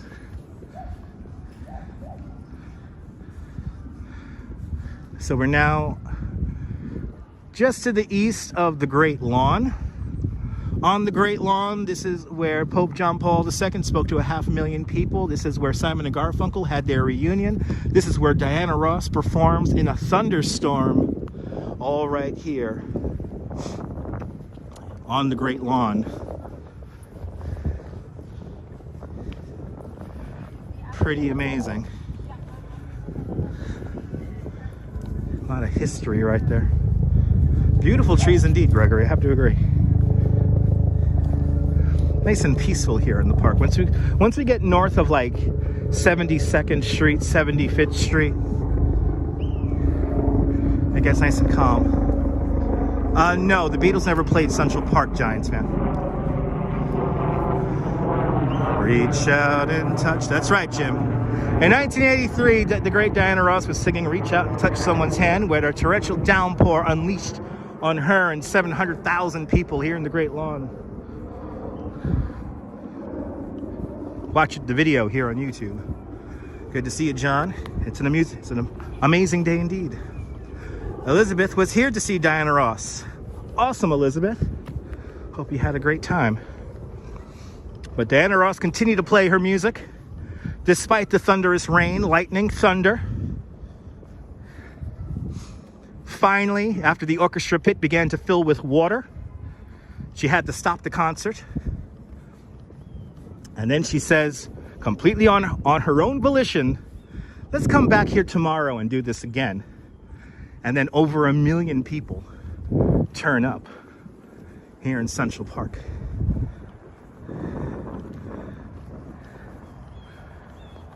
One of my favorite moments in all of Central Park and New York City history. We are approaching the Jacqueline Carrionnas's Reservoir. We're now behind the Metropolitan Museum of Art. Gotta kind of go around here. And this next section here, we're gonna be walking along the bridle path. And the fun part about that is try to take in this view that we're about to walk down right now, because in the springtime, it's going to be a whole corridor of cherry blossom trees.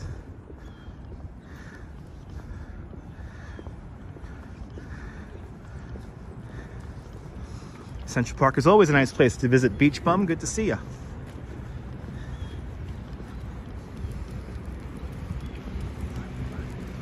Central Park is a nice place to visit all year round.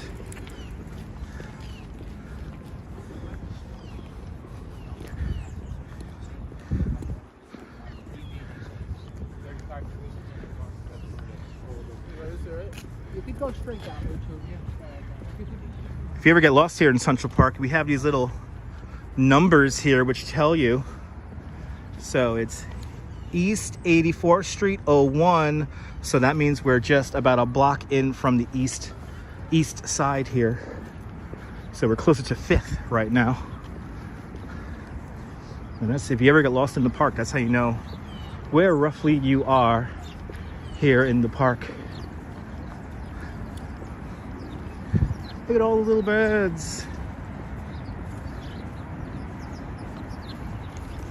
Hey guys.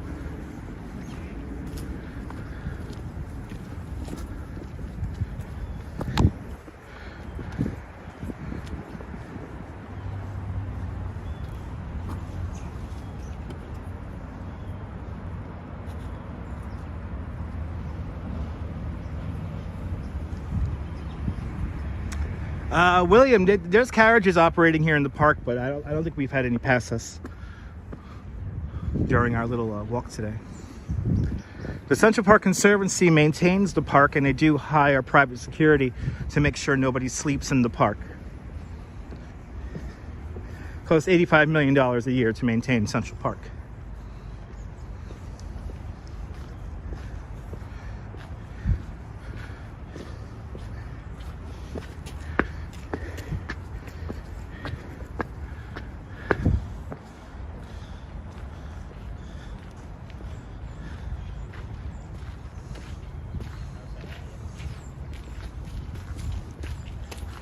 Yeah, I remember that, Neville. Yeah, it's pretty funny. Holly, good to see you. It is gorgeous. Welcome to the Jacqueline County Onassis Reservoir. This body of water actually predates the park. This was built in 1812. And this used to supply all of Manhattan Island with drinking water. On the other end of this reservoir, there's like an 18-foot in diameter pipe that runs about 90 miles north from here to the Croton Aqueduct system. But this body of water, if we had to use it to supply Manhattan Island with fresh drinking water, it would last about 6 hours.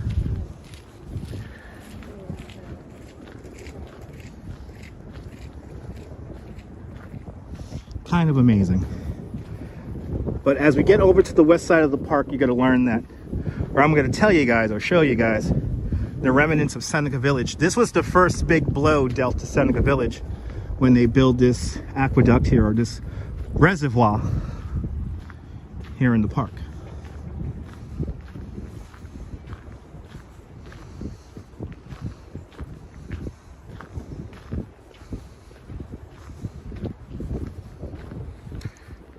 Looks like we have some horses here from New York Parks Department just up ahead.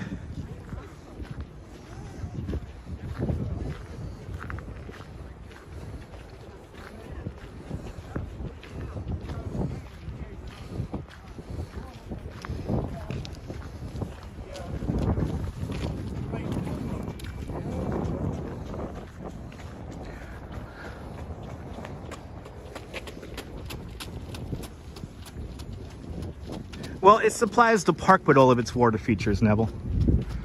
This supplies the park with all of the water features, except for one water feature, and that's the Harlem Mere. The Harlem Mere is the only natural spring that's still visible up on land, on top of land there. That feeds into the Harlem Mere. It's called Montaigne's Riverlet. Do they allow dogs in the park? Of course they do. We haven't seen dogs. We just walked past a dog just now.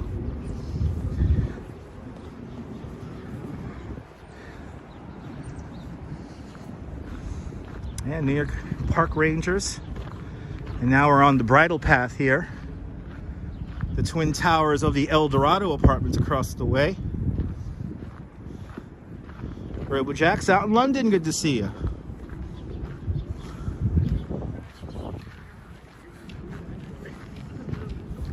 But again, 375 TV shows and movies have been filmed here. When I was a production assistant on the TV show Law & Order, I had to spend 2 nights in Central Park once. Not the same time, but I did spend 2 nights here in the park watching electrical equipment while I slept in the van. It was an easy $150 for the night.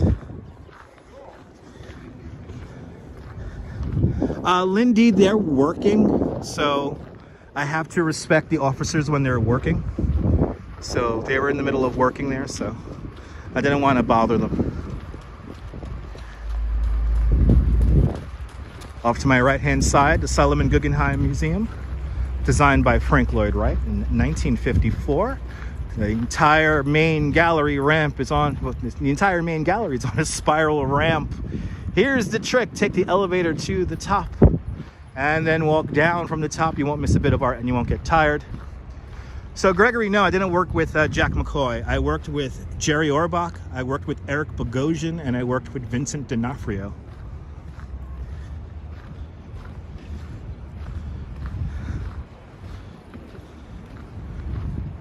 And it was for a brief moment in 2003, 2004. Not very long. It was a whole lot of hurry up and wait.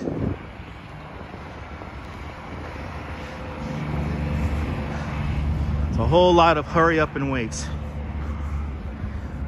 In a weird way I miss those days, and in a weird way I don't miss those days, because I like doing what I'm doing now. So think about this walk that we're taking right now, and in a few months we'll be surrounded by cherry blossom trees. This whole corridor here will be of wonderful blooming cherry trees. It looks so amazing in the springtime. Get ready, just a few months away, and we'll be experiencing it. Francisco Berlini, ciao. It's also cloudy in Italy. Well, the sun will come out mañana. Good to see you. We're approaching 90th Street. 90th Street is where the New York City Marathon enters Central Park, making its way south along 5th Avenue from the Bronx.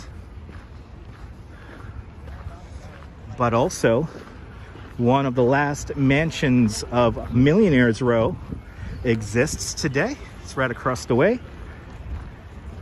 You're looking at the mansion of Andrew Carnegie across the street.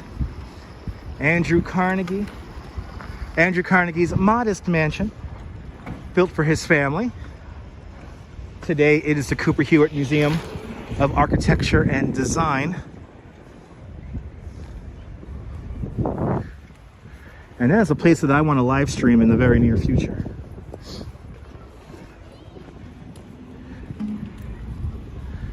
If you want to imagine, make believe that you live in a mansion for a day, it is suggested donation to visit the Cooper Hewitt. And it's a lovely museum. The British Grey, good to see you. I'm blessed to be working with celebrities. Okay, awesome. It's always beautiful, Susan. It's always beautiful.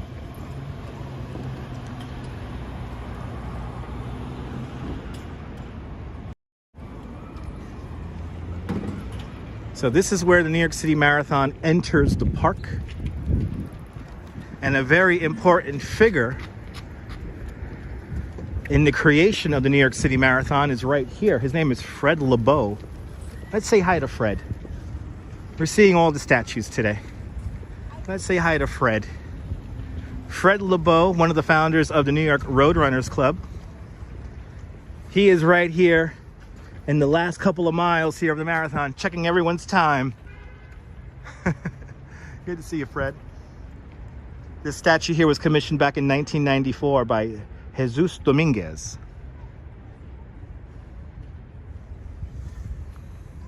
Hey, Fred.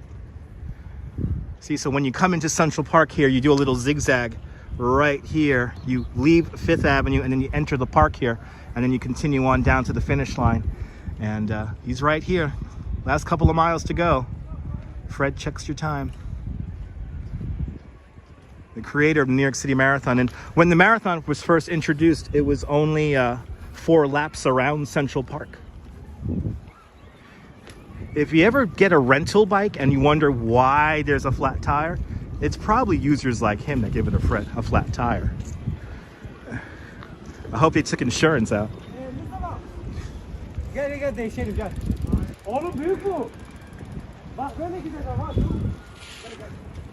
Happy holidays, everyone. Happy holidays.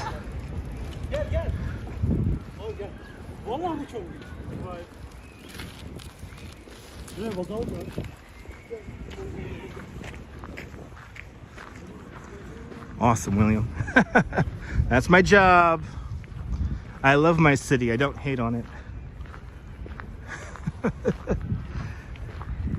If you're here to nitpick, guys, just leave. Come on. I want to actually enjoy this instead of dealing with nitpicky comments. I just want to enjoy. I just want to enjoy. But I understand for some people nitpicking is like a way to get attention, and you know, I get it. You know, you weren't hugged as a child and all that, so I just want to have a good time with you guys. Understand that for these live streams, for a lot of people out there who watch, this is a way for them to escape their everyday, to enjoy a walk through Central Park, and to leave nitpicky comments all the time is just, it's not going to be conducive to a pleasurable experience. So Route 440, good to see you. I'm trying to do great, JR. I'm trying. Anyway, we're walking north along the bridle path now. We're just to the east of the Jacqueline Kennedy Onassis Reservoir. We're gonna walk up to about 100th Street, and then we'll come back down. Or actually, what I should do is continue up to 103, and I could show you where I slept in the park. Let's do that. CB Earth-Day, good to see you. Oh, it's beautiful. Joker Cruise, it's beautiful. Actually, me and my wife last year went to an Antibalas show as part of Celebrate Summer Stage. We were here for Summer Stage, and we got to leave the concert, and it was like really late at night.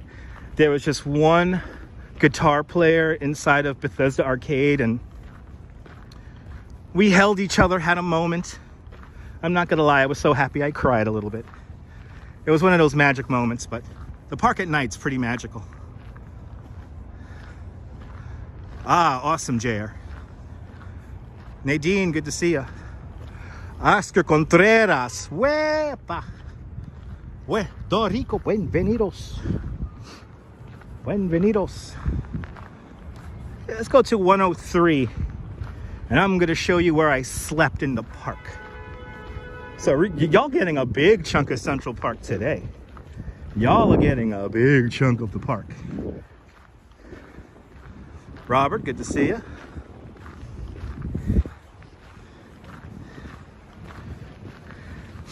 RoboJax, it was magical.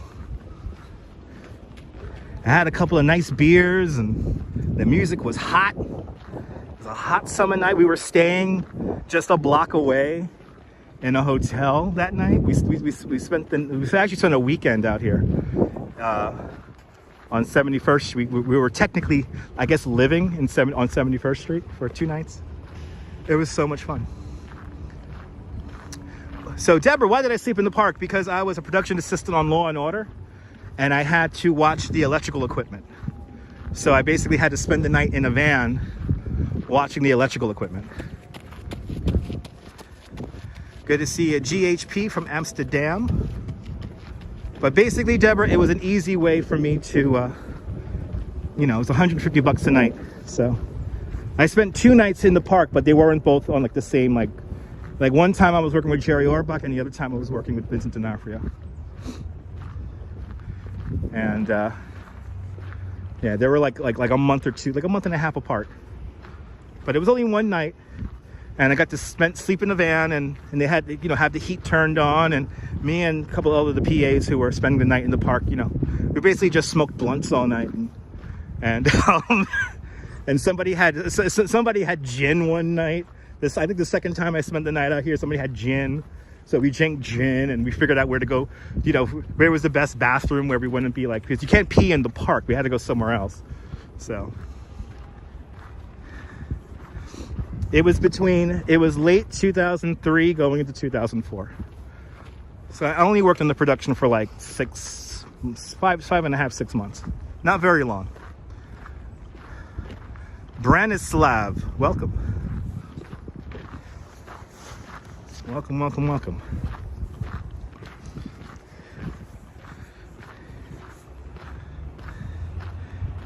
It was a fun job. I mean, we got to see some crazy stuff.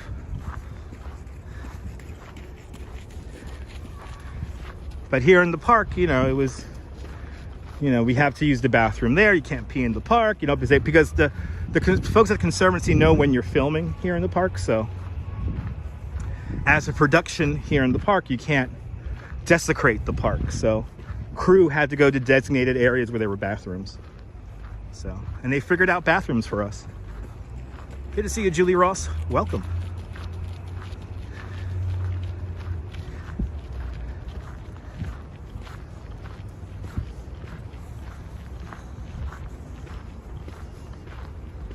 But Jerry Orbach, like a classic actor's actor. You know, he was started here from Broadway in the Fantastics, and he was very humble. He always showed up on time, really early. He always showed up on time for the set call.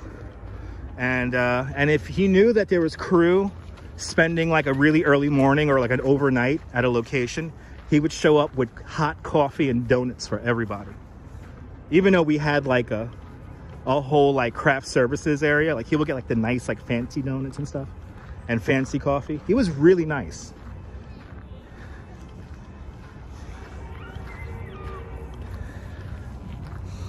Haven't seen that movie in a very long time, Les.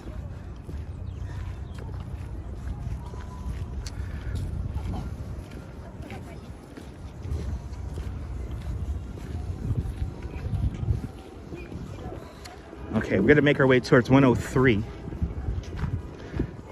And then continue up north in the park. But first I have to navigate around this little spot here. He was a great guy. He was also a one-take king. Jerry Orbach could always bang out crazy ass complex paragraphs and scenes, and he could bang that shit out in one take. Like, he was a legit one-take king.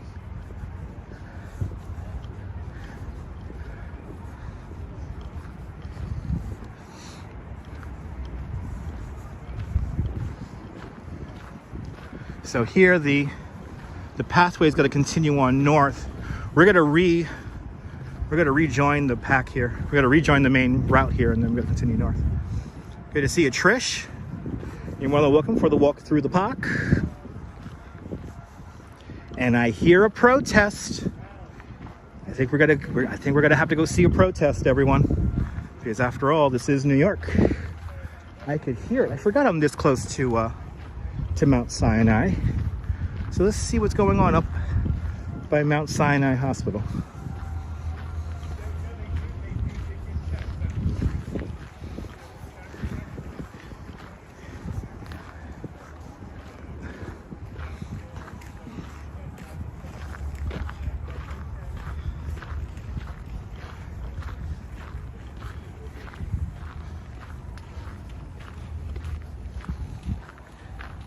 Yes, it is. Yes, they are, Deborah.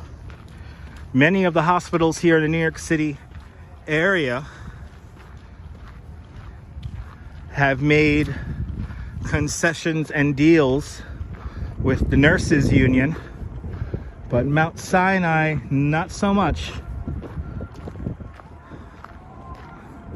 So we're gonna see the nurses strike here in front of Mount Sinai. They're one of like literally only a handful of hospitals that didn't make concessions. It's a shame how low pay they pay these nurses. It really is a shame how little we pay these nurses. And also, the main thing they're fighting about here in Mount Sinai is the patient to nurse ratio. So they're being overworked, they're overutilized. They really cannot, the nurses are upset that they can, and I agree with them, they cannot offer the proper care to their patients. So they need to get paid more, they need fewer hours. But during the pandemic, one of the scarier things happened right here, and in this section of Central Park, we're actually gonna walk right through it right now. This was the area where they set up a temporary morgue in the park. So during the height of the pandemic, a person was dying once every 7 minutes here within the 5 boroughs of New York City. And obviously that created a big strain on the various morgues around the city. Here at Mount Sinai, we hit overcapacity. So thus an organization came in and set up a temporary morgue right here where I'm about to walk through. Like right over there where that field is. And we could hear the nurses. As we get closer and closer, it's getting louder and louder and louder.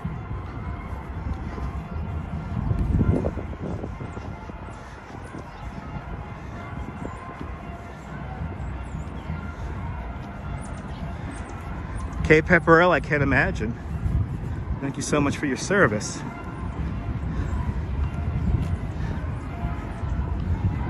Yeah. Nurses, teachers, they all need to be paid more. Noble Sweetness, good to see you. Yes, indeed, Jay Chulo. First responders, frontline responders indeed.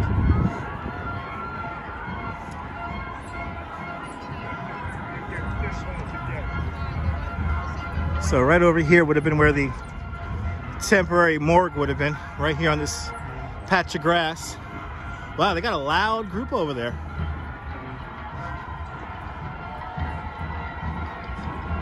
Oh, God bless them.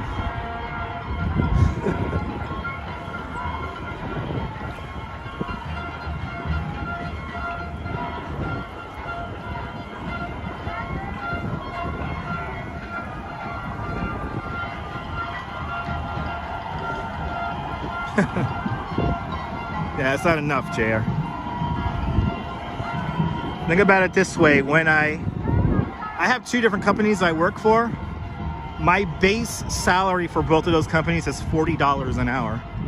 Now, granted, I am an independent contractor. I don't necessarily have health care, but that's pretty good considering what I do for a living.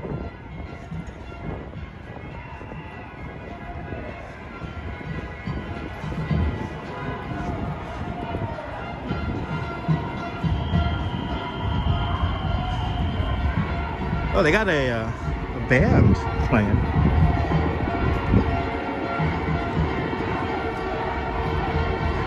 Ooh, let's follow the nurses really quick.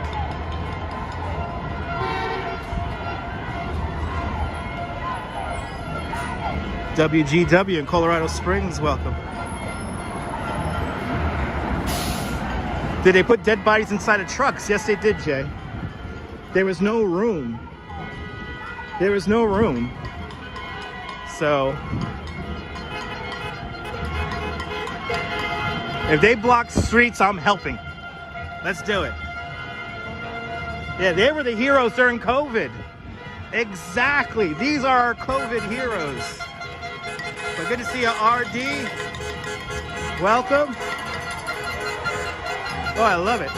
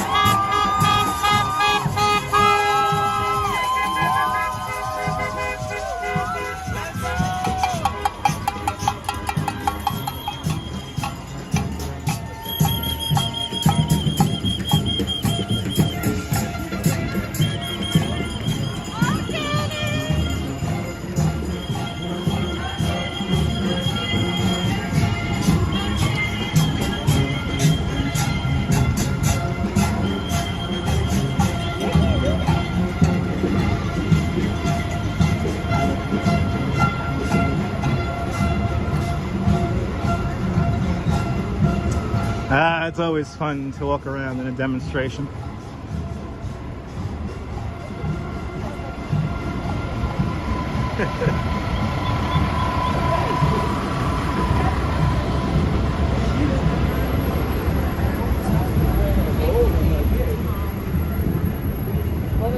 All right, what are we on here? 101.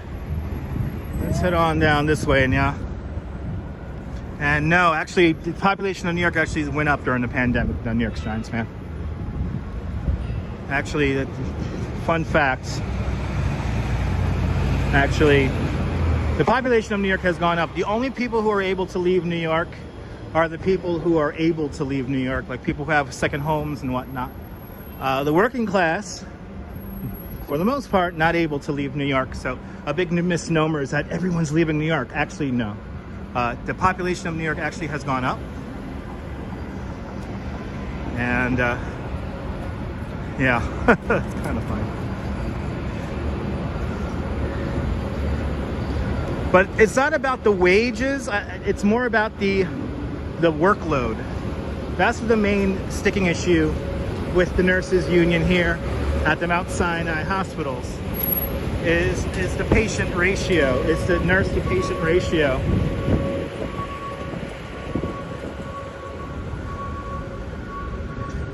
So that's actually what's going on here. It's not about necessarily pay. But again, you know, unfortunately, suburbanites had to come to New York, and they have really skewed what people think is happening here in New York and what New York actually is. So, you know.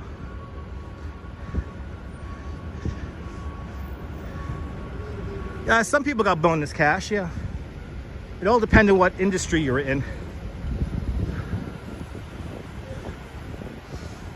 But that's the main sticking point with the nurses here at the Mount Sinai hospitals is the patient to nurse ratio. That's the real sticking issue. It's not necessarily about pay. It's about hours worked and that ratio. Let's get back into the park. I guess they blocked the street up there. They have blocked the street up there. That's awesome. They're like slowing down traffic here.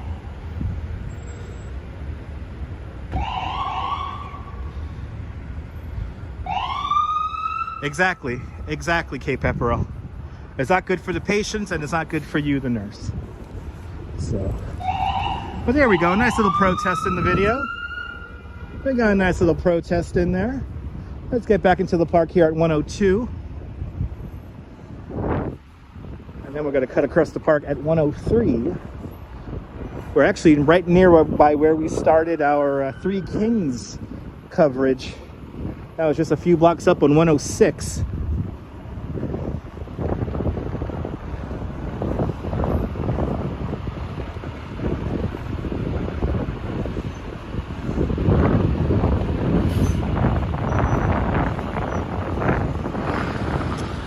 But again, I am really tired of like all the misconceptions about New York City because of, you know, conservative right-wing media. You know, these YouTubers from the suburbs who came into the city to make videos. And, yeah, I'm here to dispel all that BS. Redstone Soldier, good to see you. You're more than welcome for the coverage. We had it since we were coming up this far. I mean, might as well swing by Mount Sinai. And Nadine Smith with a $5 super chat. Nadine, thank you so much for the big $5 super chat. Thank you so much for joining today's $5 club. Much, much, much appreciated there, Nadine. Much appreciated. Me too, Deborah. Me too.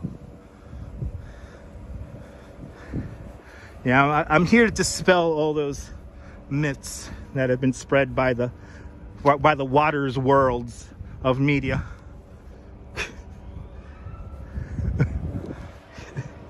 Which, by the way, Decoding Fox News on Twitter.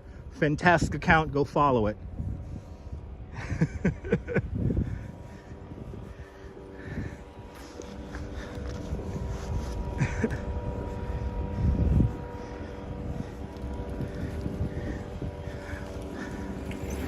But we have been at it now for 2 hours. The conservatory garden, it's right down over there. But we're gonna cut across 103 and I'm gonna show you where I spent a night here in the park. Well, I was driving that Northern line. Good to see you. Yeah, they do. Negative news always sells clicks and ad revenue. Yes, it does. Unfortunately, there's a lot of money to be made in fear. You're bloody late. It's all good, Wilbs. It's all right to be bloody late. Look, Wilbs, you tune in, the sun comes out. Look at that.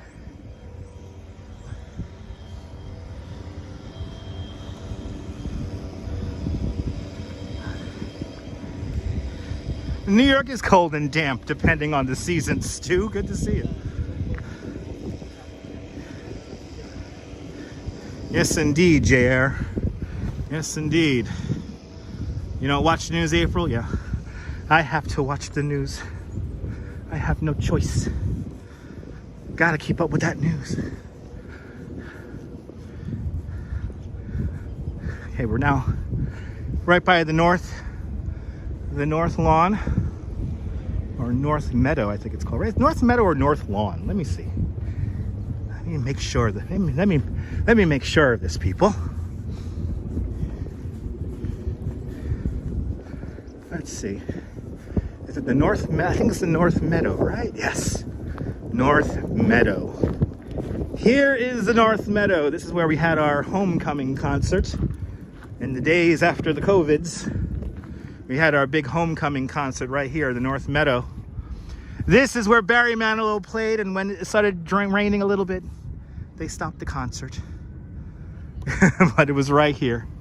Also, this is where the Global Citizen event takes place every year.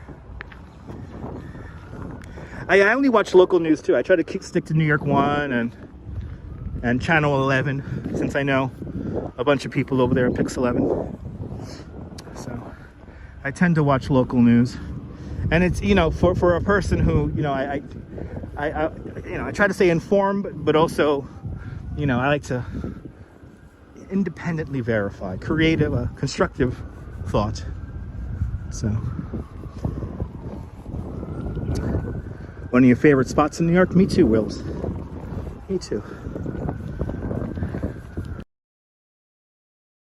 We're now going to go as far north as 103 and cut across, but I'm going to show you now, where did Dutch spend the night in the park? Well, it's coming up right over here. Good to see you, Viking. Welcome. And Viking, I'm sorry that you were in the block list for some reason, Viking. So let me just make sure of something right here. Out there in Liverpool. Yeah, Viking, I don't know why you were in the blocked list. So sorry about that. I'm always monitoring it, because some people ended up in there that shouldn't have been in there. So sorry about that. But now we're going to cut across 103 here. And I'm going to show you where I slept. John, I don't think we're going to get snow this weekend. It's going to be a little bit too warm. So no snow this weekend. No snow. There is something further down in the future. That's a possibility, maybe a week or two out, but way too early to call snowfall totals. And do not compare New York City with Buffalo. Here in New York City, we do not get lake effect snow. Neville, it's an American Broadcasting Company thing. It's an ABC thing.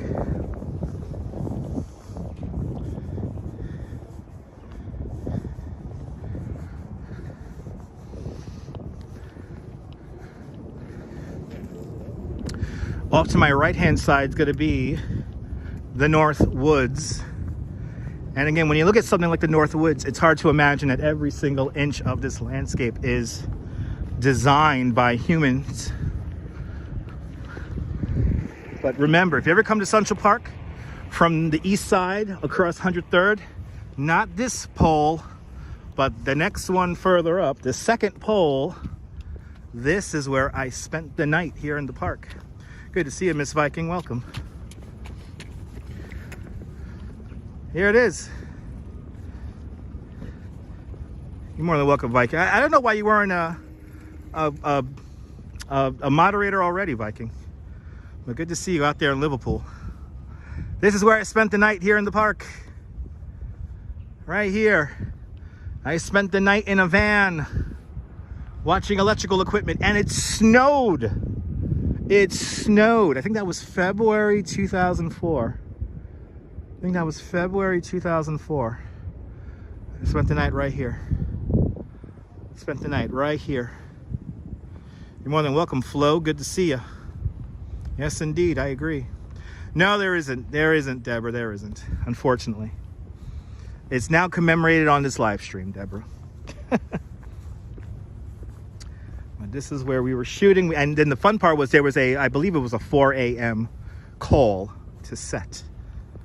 No, Ted, I had the heat running the whole night. I had the heat running the whole night. It was nice and warm. Miguel, how am I doing today? Fantastic.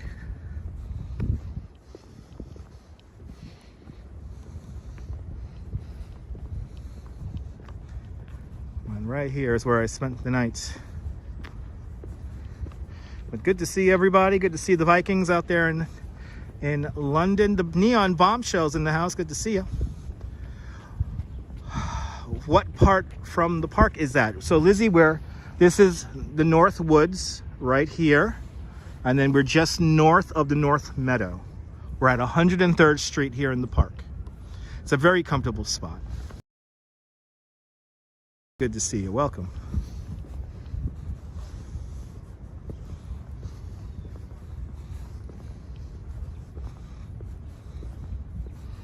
It was a very comfortable spot. We had a restaurant over on just over here, over on not on Fifth, where we had the bathrooms for the crew. Yes, they do, Gregory. Yes, they do. There are standard fees to film in the park for if you need to close off the park, and also you know, there's a whole bunch of things. But yes, understand that. So looks like we're in a weird signal area here. We got to come back. Yes, we're going to come back. Look at that.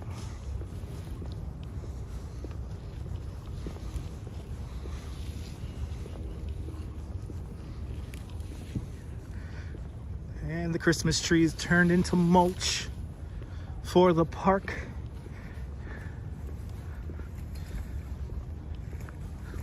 The beautiful twin towers of the El Dorado apartments off in the distance. Faye Dunaway used to live in those buildings. Bono from U2 used to live in there.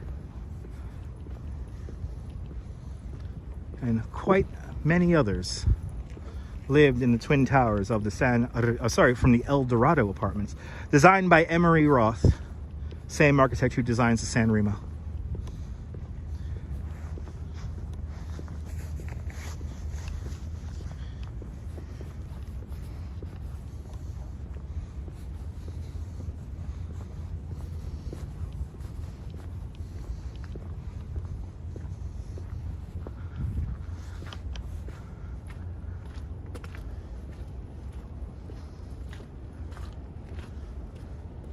It's hard to imagine. Every single inch of the North Woods is all man-made. Kind of amazing.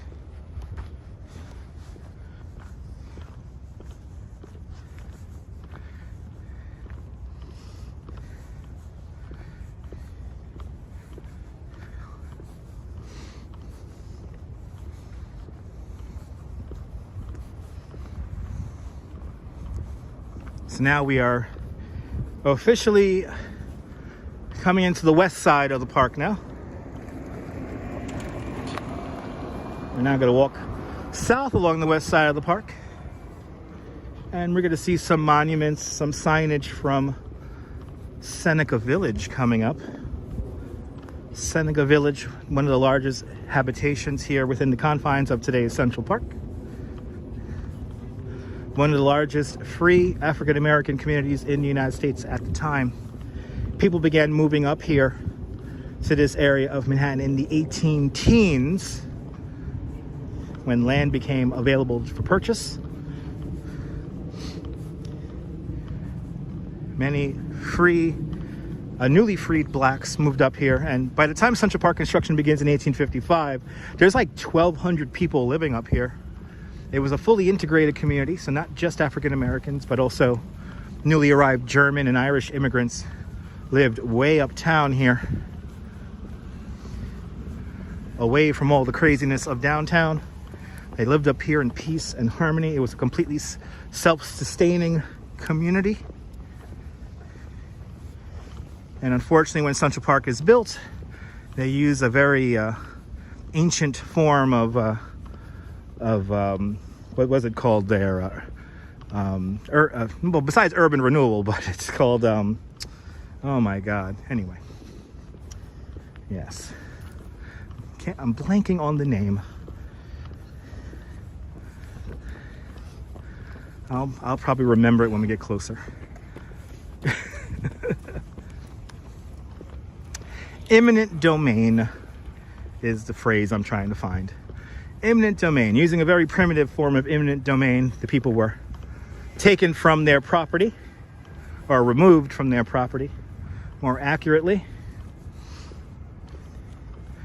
Unfortunately, in the press, like the New York Times, they described these people as people who were squatting on their land, and it was furthest from the truth.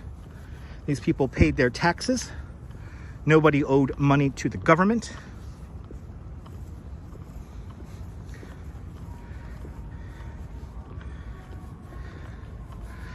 But unfortunately, that settlement of Seneca Village erased from existence.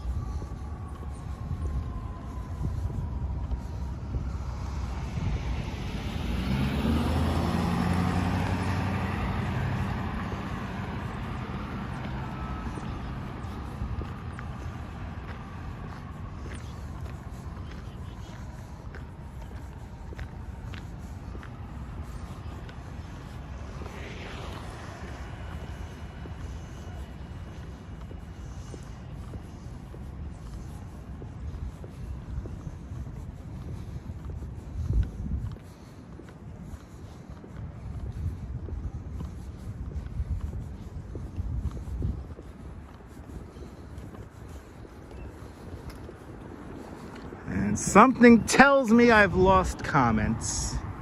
I think I have lost comments on my end. Isn't this annoying?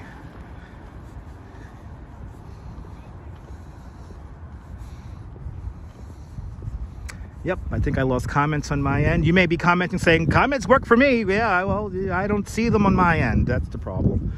So, sometimes Prism Live Studio, the comments seem to click off if we have an issue. And I think we have the issue happening right now. But I'm going to keep going with the live stream. Maybe it'd be good not to read the comments anymore and just lead you guys on a tour. And I think that's what I'm going to do. I am not even going to put the comments on the screen because no doubt somebody will complain about the comments being on the screen. So I'm not going to read your comments anymore because I can't see them. We're just going to keep going.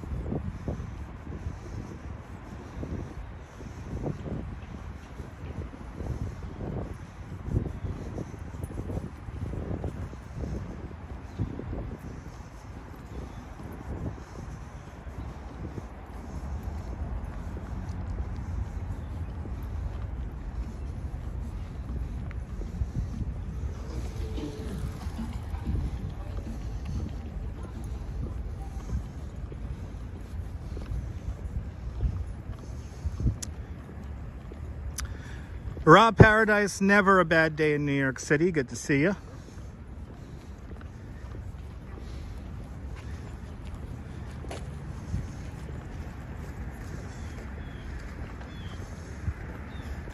Yes, there is MJK. Yes, the comments are on the video now.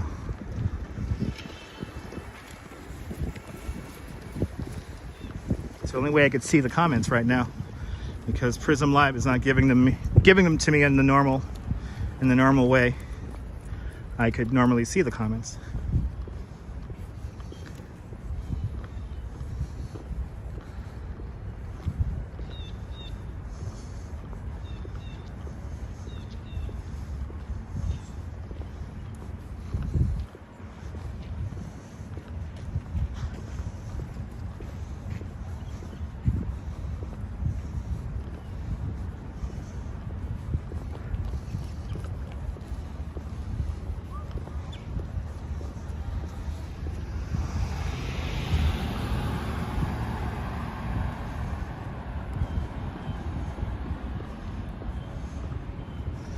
Colleen, that's up to you, but I'm doing great, Colleen.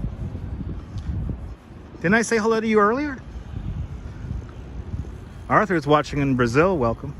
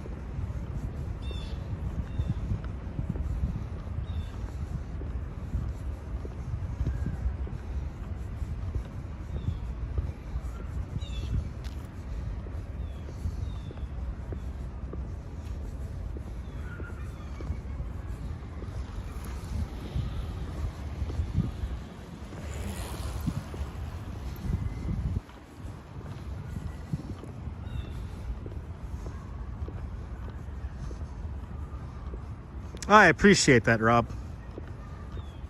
Appreciate the kind words. And I appreciate the invite.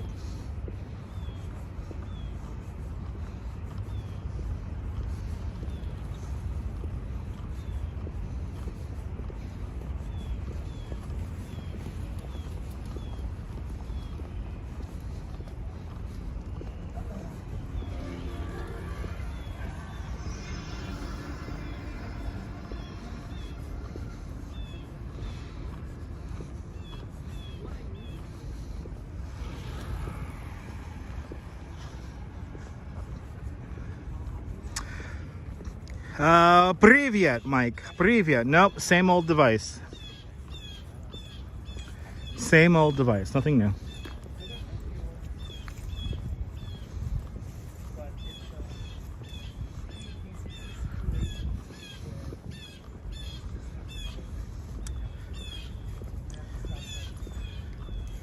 I'm not a bore, Jay. Awesome.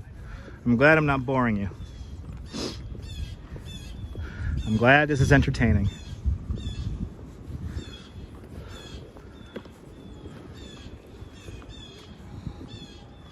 Hello, Lily.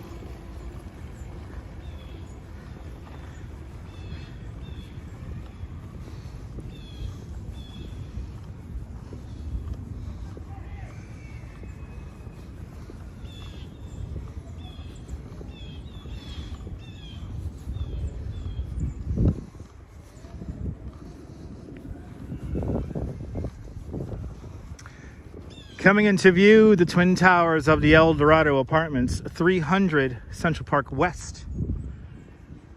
I'm not cold. What's the temperature? It's like 37, 38 degrees, maybe 39. Luckily, not too much wind. Weather conditions across the river thanks to CB Earth Day in the Netherlands. In Brooklyn, it's cloudy with a temperature of 40 degrees Fahrenheit. That's 4 degrees Celsius to you and me. With the wind blowing out of the east-northeast at 6 miles an hour. That's 10 kilometers an hour to you and me. With the current relative humidity of 50%.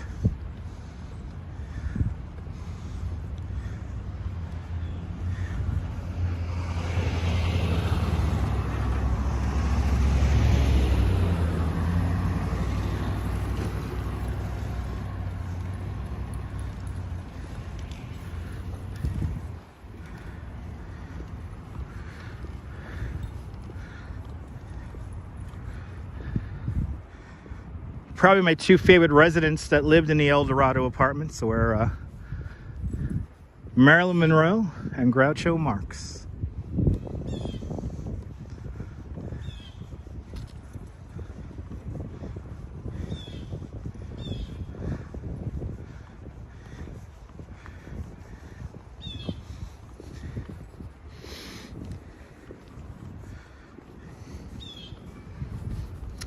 All right, let's go back down. Got some great views here along the reservoir here. So let's walk along the reservoir. Take in these views over here.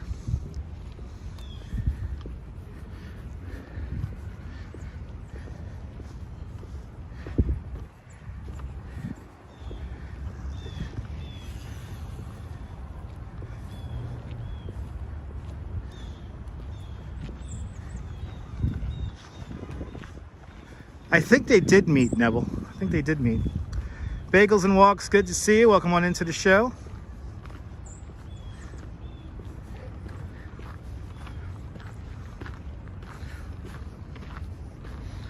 I'm in your park, Bagels and Walks.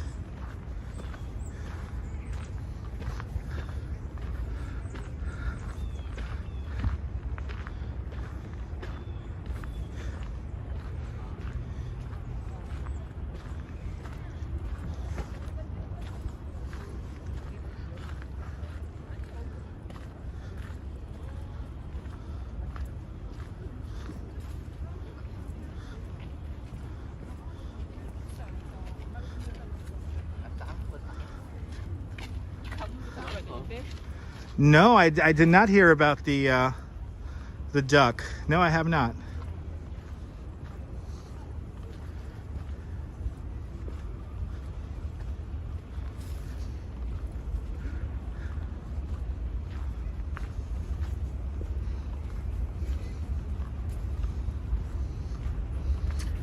I haven't checked my favorite birders on Twitter.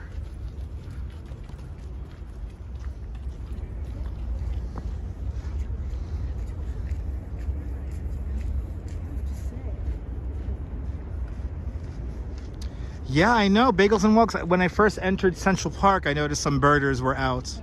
And we did catch a red-tailed hawk fly right in front of the camera and then perch itself up onto a tree. We got very close to a red-tailed hawk earlier near Hans Christian Andersen. So, evidently it's really good birding right now here in the park. I hope we get to see a snowy owl again. That was the sensation last year.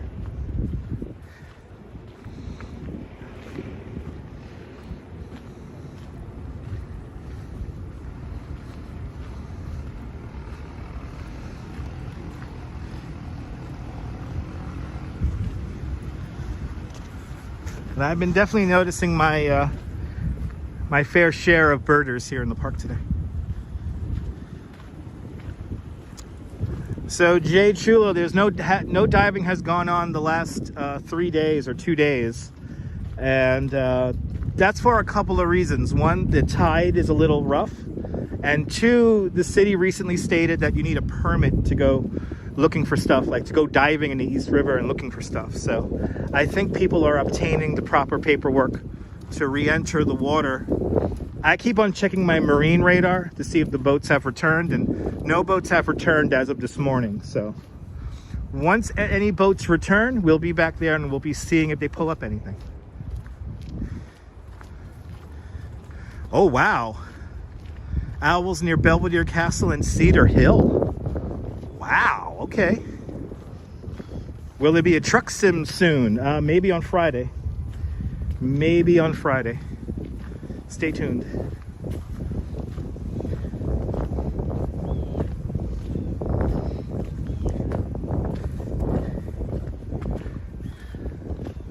But here we are, the Jacqueline Onassis Reservoir. Rita's watching from Chicago. Good to see you out there in Chicago, Rita. Glad you're enjoying our tour through Central Park. Sorry that the comments are on the screen. I have lost comments on the Prism Live app. So unfortunately, I have to use comments on video comments here to see them. Yeah, the government always wants their cut, right? MC Dirty Jersey, good to see you. The government always wants their cut. What is truck sim? Neville, check out my replay. There's lots of truck sim chats. It's basically a time where I live stream inside my house, and I play either a flight sim or a truck sim, and we just chat. Just watched Vincent Dutch, loved it. Awesome, Jeanette.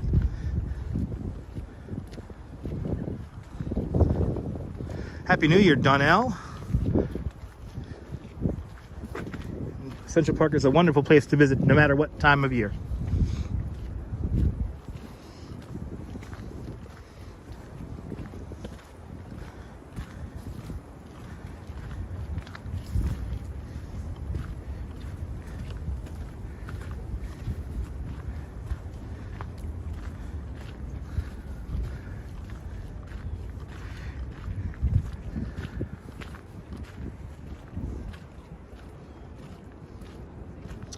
I'm from Brooklyn, Donnell.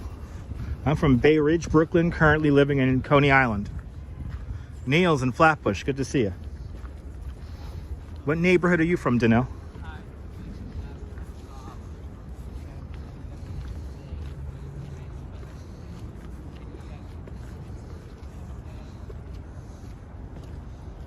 See you later, S. Fields. Happy Wednesday.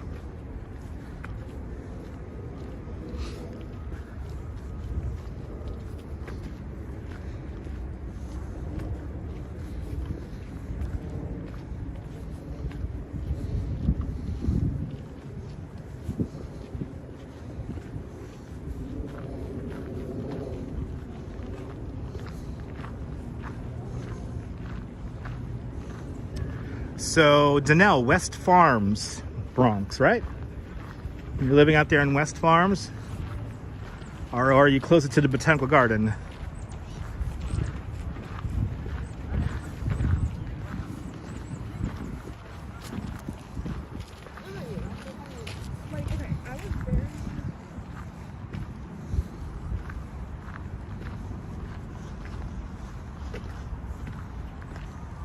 Oh, you just got here. Okay, awesome, S. Fields. Good to see you. We're making our way to Strawberry Fields now. We'll be there soon. We're walking through Seneca Village now. Seneca Village, centered near one of the highest natural points here on Manhattan Island. It's called Summit Rock.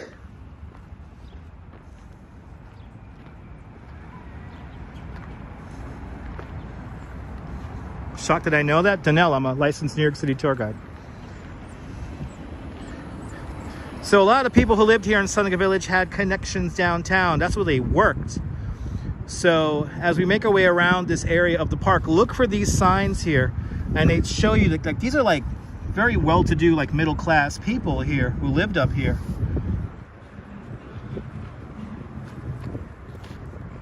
There's some great signs here, which will let you know what was around here back in the day. But this area right here is the main area of Seneca Village.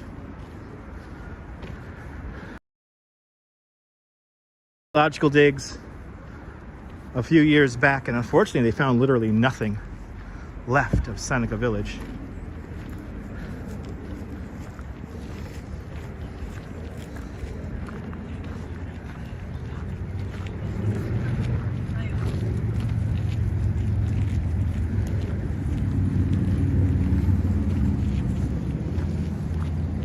There's a great kiosk, like the center of Seneca Village would be right over there. And there's a great kiosk which has like a timeline of what was built when. And if we come over here, there's another sign here talking about the development of Seneca Village.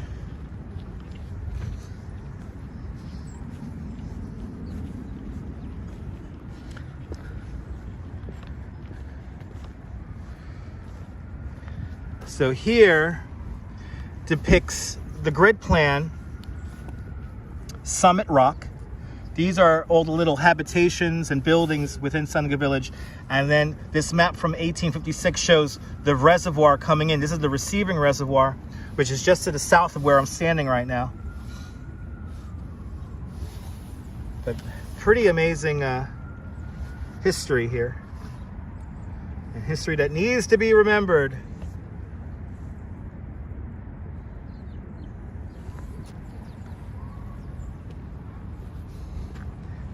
Let's continue on down. So here where the Great Lawn is today would have been the receiving reservoir. So you had the larger Jacqueline Canyon-Onassis Reservoir, which is still there. And then over here would have been a rectangular receiving reservoir or pool, which then continued on down. Then the next smaller reservoir would have been at 42nd Street, 5th Avenue, where the New York Public Library is, the main branch. And understand that when Central Park opens up in 1858, the city is pretty far south of us. The city only comes up to about 42nd Street. And then the rest of the way, you had to hire a private omnibus or cab to get up here. So it wasn't easy for the working class who built Central Park to actually come up here and enjoy it.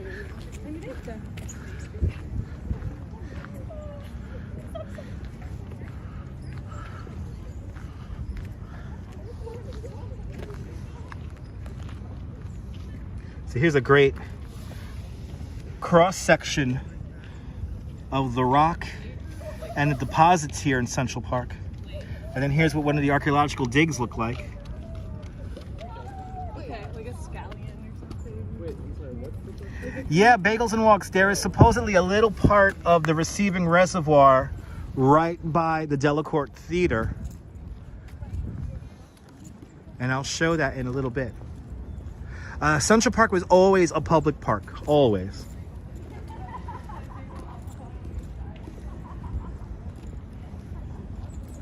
Yes, I've never done McCarran Park, but I've done Williamsburg. I've done all that of Williamsburg, Jay. I've done the Williamsburg waterfront pretty much. From Greenpoint all the way down.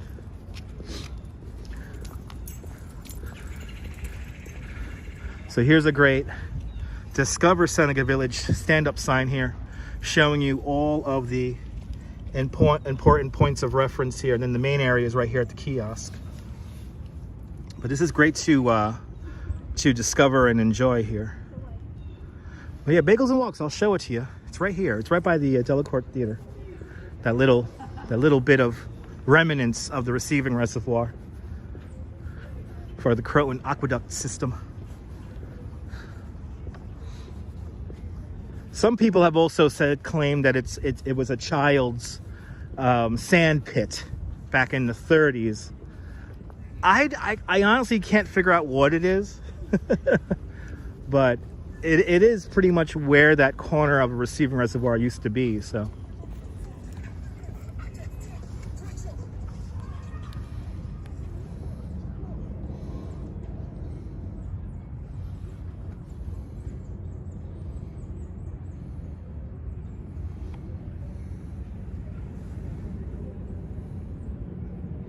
So here it shows you the grid plan and the actual habitations, like the buildings within the lots here that they sold. But this is pretty cool little signage here as you make your way around.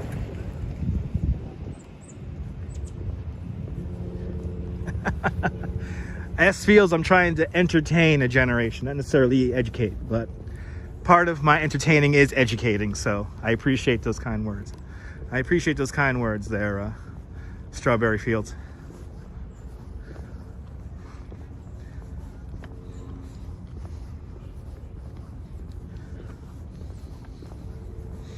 To think we've been doing this now for 2 hours and 45 minutes. We've been at this for a hot minute. And we're still not really done yet. Still got a long way to go here in the park. We found you. You British person.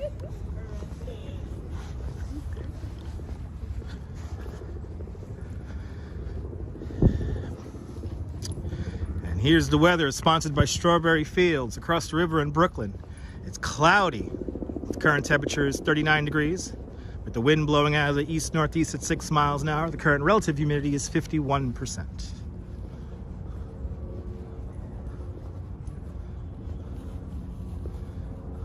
You got it, darling. You got it.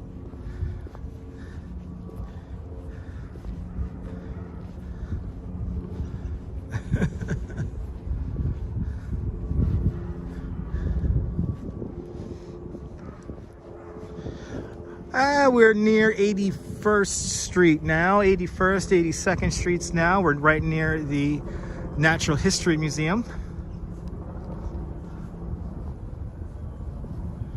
Have I ever dealt with a Karen or male Karen rapport? Donnell, many times, many times. Theory Mary, good to see you. Many times, Donnell, many times. I'll tell you about my favorite Karen story. How about that? So as some of you may or may not know, I am a licensed New York City tour guide, and I give walking or bicycle tours here in Central Park all the time. And one day I had a rather large walking tour group. It was like 30 people, 30, 40 people. And that required me to have a microphone set up with a speaker. And I was in Bethesda Terrace. And I had my, whenever I have large groups like that, I'm very respectful to the people around me, so I don't ruin their park experience. So I had my group stand off to the side near the Angel of the Waters fountain while I explained to them the landscape of that area.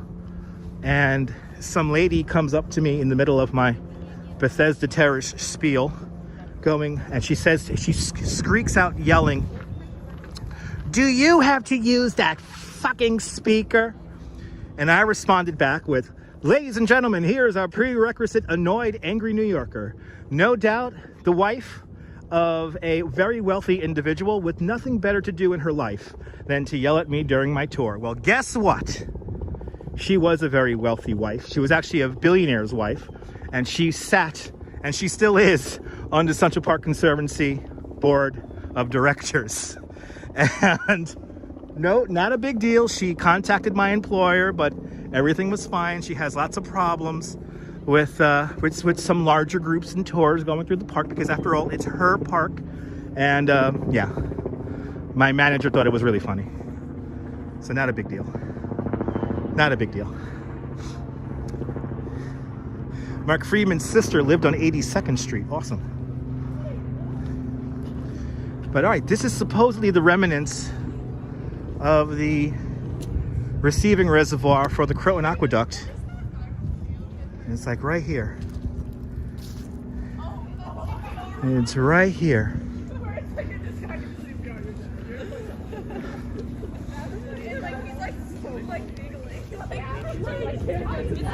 At the most random times will come on. See, so we're right here. No, I very rarely do that. And as you see, it could be right here. See? This could be right here. See, some people say this is like a children's dirt pond right here. It's either here or here. But supposedly right here is the remnants of that old Croton aquifer. Or aqueduct system. The receiving reservoir. So the Croton Aqueduct right there. Do you know who I am, Energy? Sean, that's how I always walk around. Sean, that's how I always walk around. By the way, the biggest walking tour group I've ever had in here was, I think, 50 people. Like, that was like the biggest walking tour group I had. And that tour where that woman yelled at me, yeah, that was not the biggest group I've ever had. And I've had groups. I've taken people through the park where I've had other park users thank me for how I led my tour. And it was, again, I'm always very respectful of the people around me. So it just comes with the territory. But very interesting. Welcome to the show. We're now just in front of the Delacorte Theater. We're still walking south along the park, the west side of the park now. We're at about 81st Street. And we're coming up to the Swedish Cottage. Swedish Cottage is going to be a prefabricated schoolhouse built for the Philadelphia Exposition of 1868.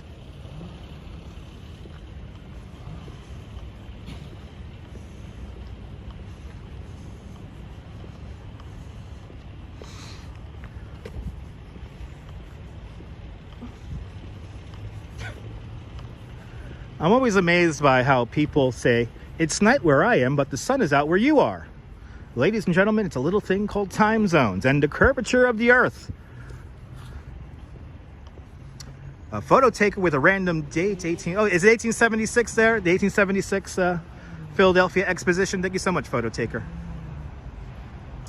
The theater is in the round building, Viking. That's the Delacorte Theater. This is another theater. Here, the Swedish Cottage. This is the Marionette Theater. But yeah, 1876. I think you're correct. Let's see. There's a sign about that. Right around the way here, yonders. Oh, they got a show coming up here at the Swedish Cottage. Wake Up Daisy, a modern take on Sleeping Beauty, showing Thursday through Sunday at 11 a.m. and 1 p.m. here at the Swedish Cottage. That's pretty cool.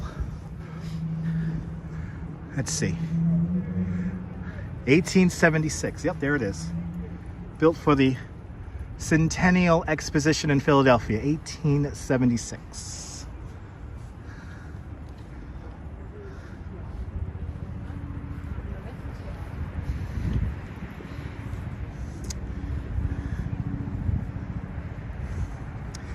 JR, people are stupid. It's not flat. No, Rhonda, I'm sorry, it's not flat.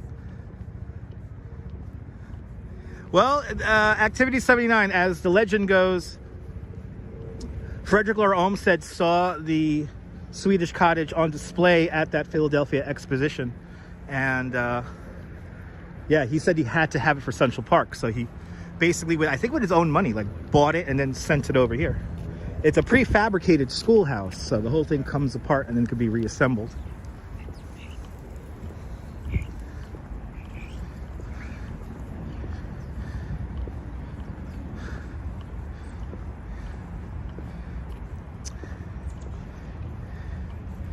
Yeah, the dairy is a gorgeous structure. We were there earlier.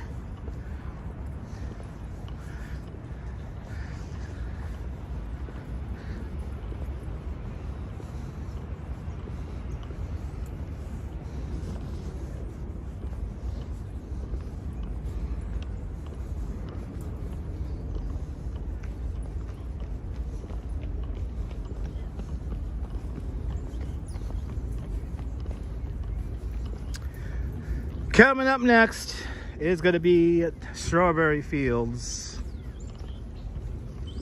Strawberry Fields, an international peace garden recognized by 151 countries from all around the world. Strawberry Fields officially opens up on John Lennon's 45th birthday, October 9th, 1985.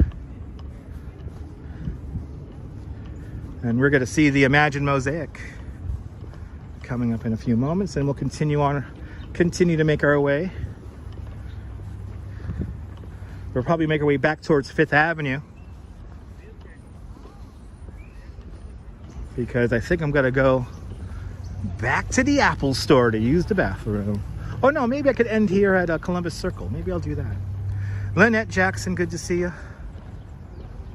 JC, I'm in pretty good shape. I lead bicycle tours and I lead walking tours, and On average, I do about maybe 15,000, 20,000 steps a day.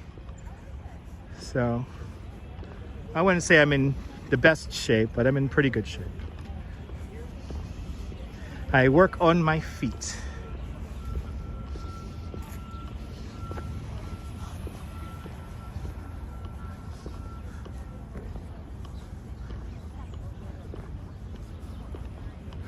The twin towers of the San Remo apartments off to my right-hand side. Steve Martin and Steven Spielberg have residences in there. Of course, the great Barry Manilow, when he lived in that building, used to sublet to Raquel Welch. Also, Demi Moore, Bruce Willis lived in that building.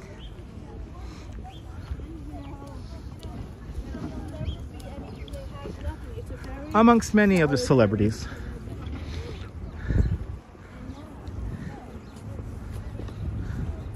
Ooh, the bird watching is good today. Look at this, everyone. Ooh, the bird watching is good.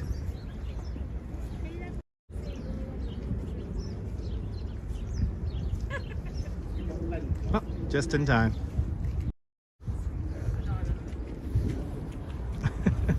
Little cardinal there.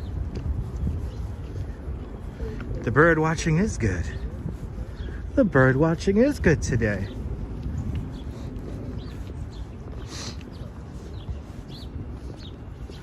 Bird watching is fantastic today.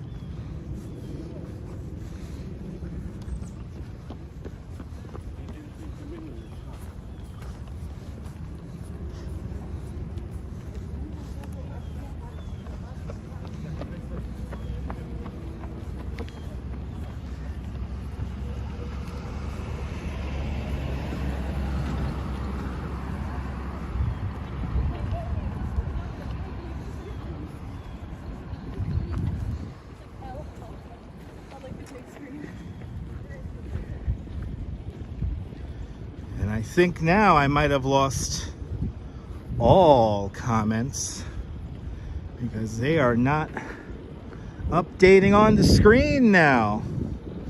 How sad is that? How sad is that?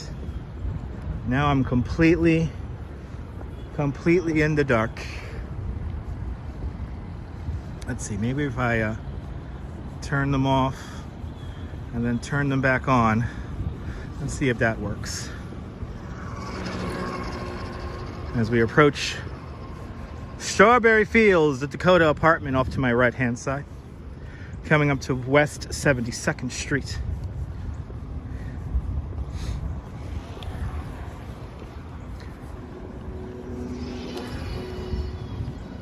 Yeah, I think I lost all comments.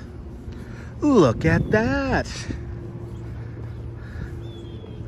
Lost on-screen comments, lost in-app comments. I've lost all comments. So you know what I'm gonna do? This is what I'm gonna do. Since we got an even 3 hours here, we're gonna end this live stream here in Strawberry Fields.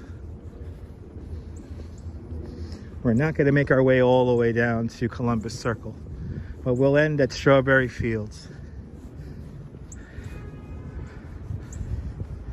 A little annoying when we have these technical issues, but it happens from time to time. After all, we are dealing with stuff that works off of the internet.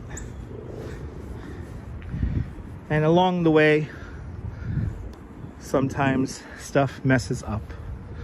So I have officially now lost all comments. Yes, we have lost them all. I cannot see them. And I do not have a second device, if somebody's asking in the chat. I do not have a second device. There's no other way for me to fix this problem other than to end the live stream. So that's what I'm gonna do. Like I said, to get up to Strawberry Fields here. Have a nice closing shot of the Imagine Mosaic. The Imagine Mosaic, a gift from the city of Naples in Italy to the city of New York, a simple black and white tiled mosaic that says imagine. The black and white tiles are made from clay from Mount Vesuvius in Pompeii. And then just off to my right hand side, the beautiful El Dorado apartments. The El Dorado is old as the Brooklyn Bridge. The building was completed in 1884. Literally the first building on the Upper West Side. When the Dakota is completed, all you have is a Dakota and Central Park, and that's it here on the West Side. Many, many, many famous people have lived in the Dakota, but of course the most famous residents are John Lennon and Yoko Ono, who bought their first apartment here in the Dakota back in 1973.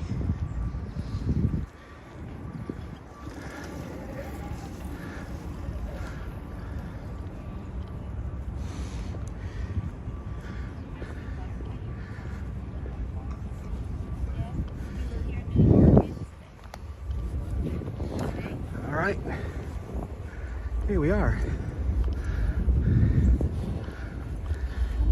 Have a little moment here by the Imagine Mosaic.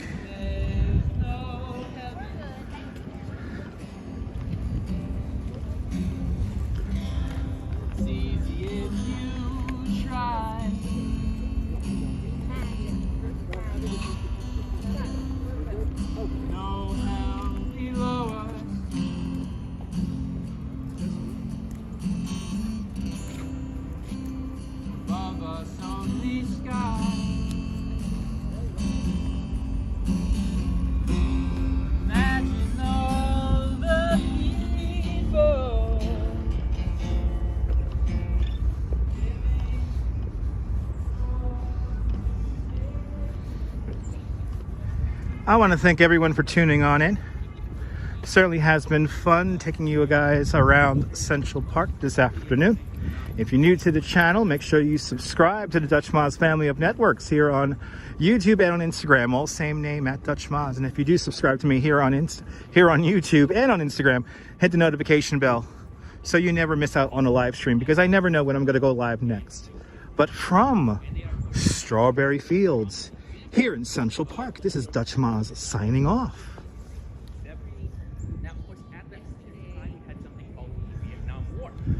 Have a fabulous New York day. Whether you live here or not, I want you to hug your loved ones, cherish your moments, and good afternoon, good evening, and good night, Mrs. Calabash, wherever you are. Stay tuned, guys. I'll see you guys soon. Bye-bye.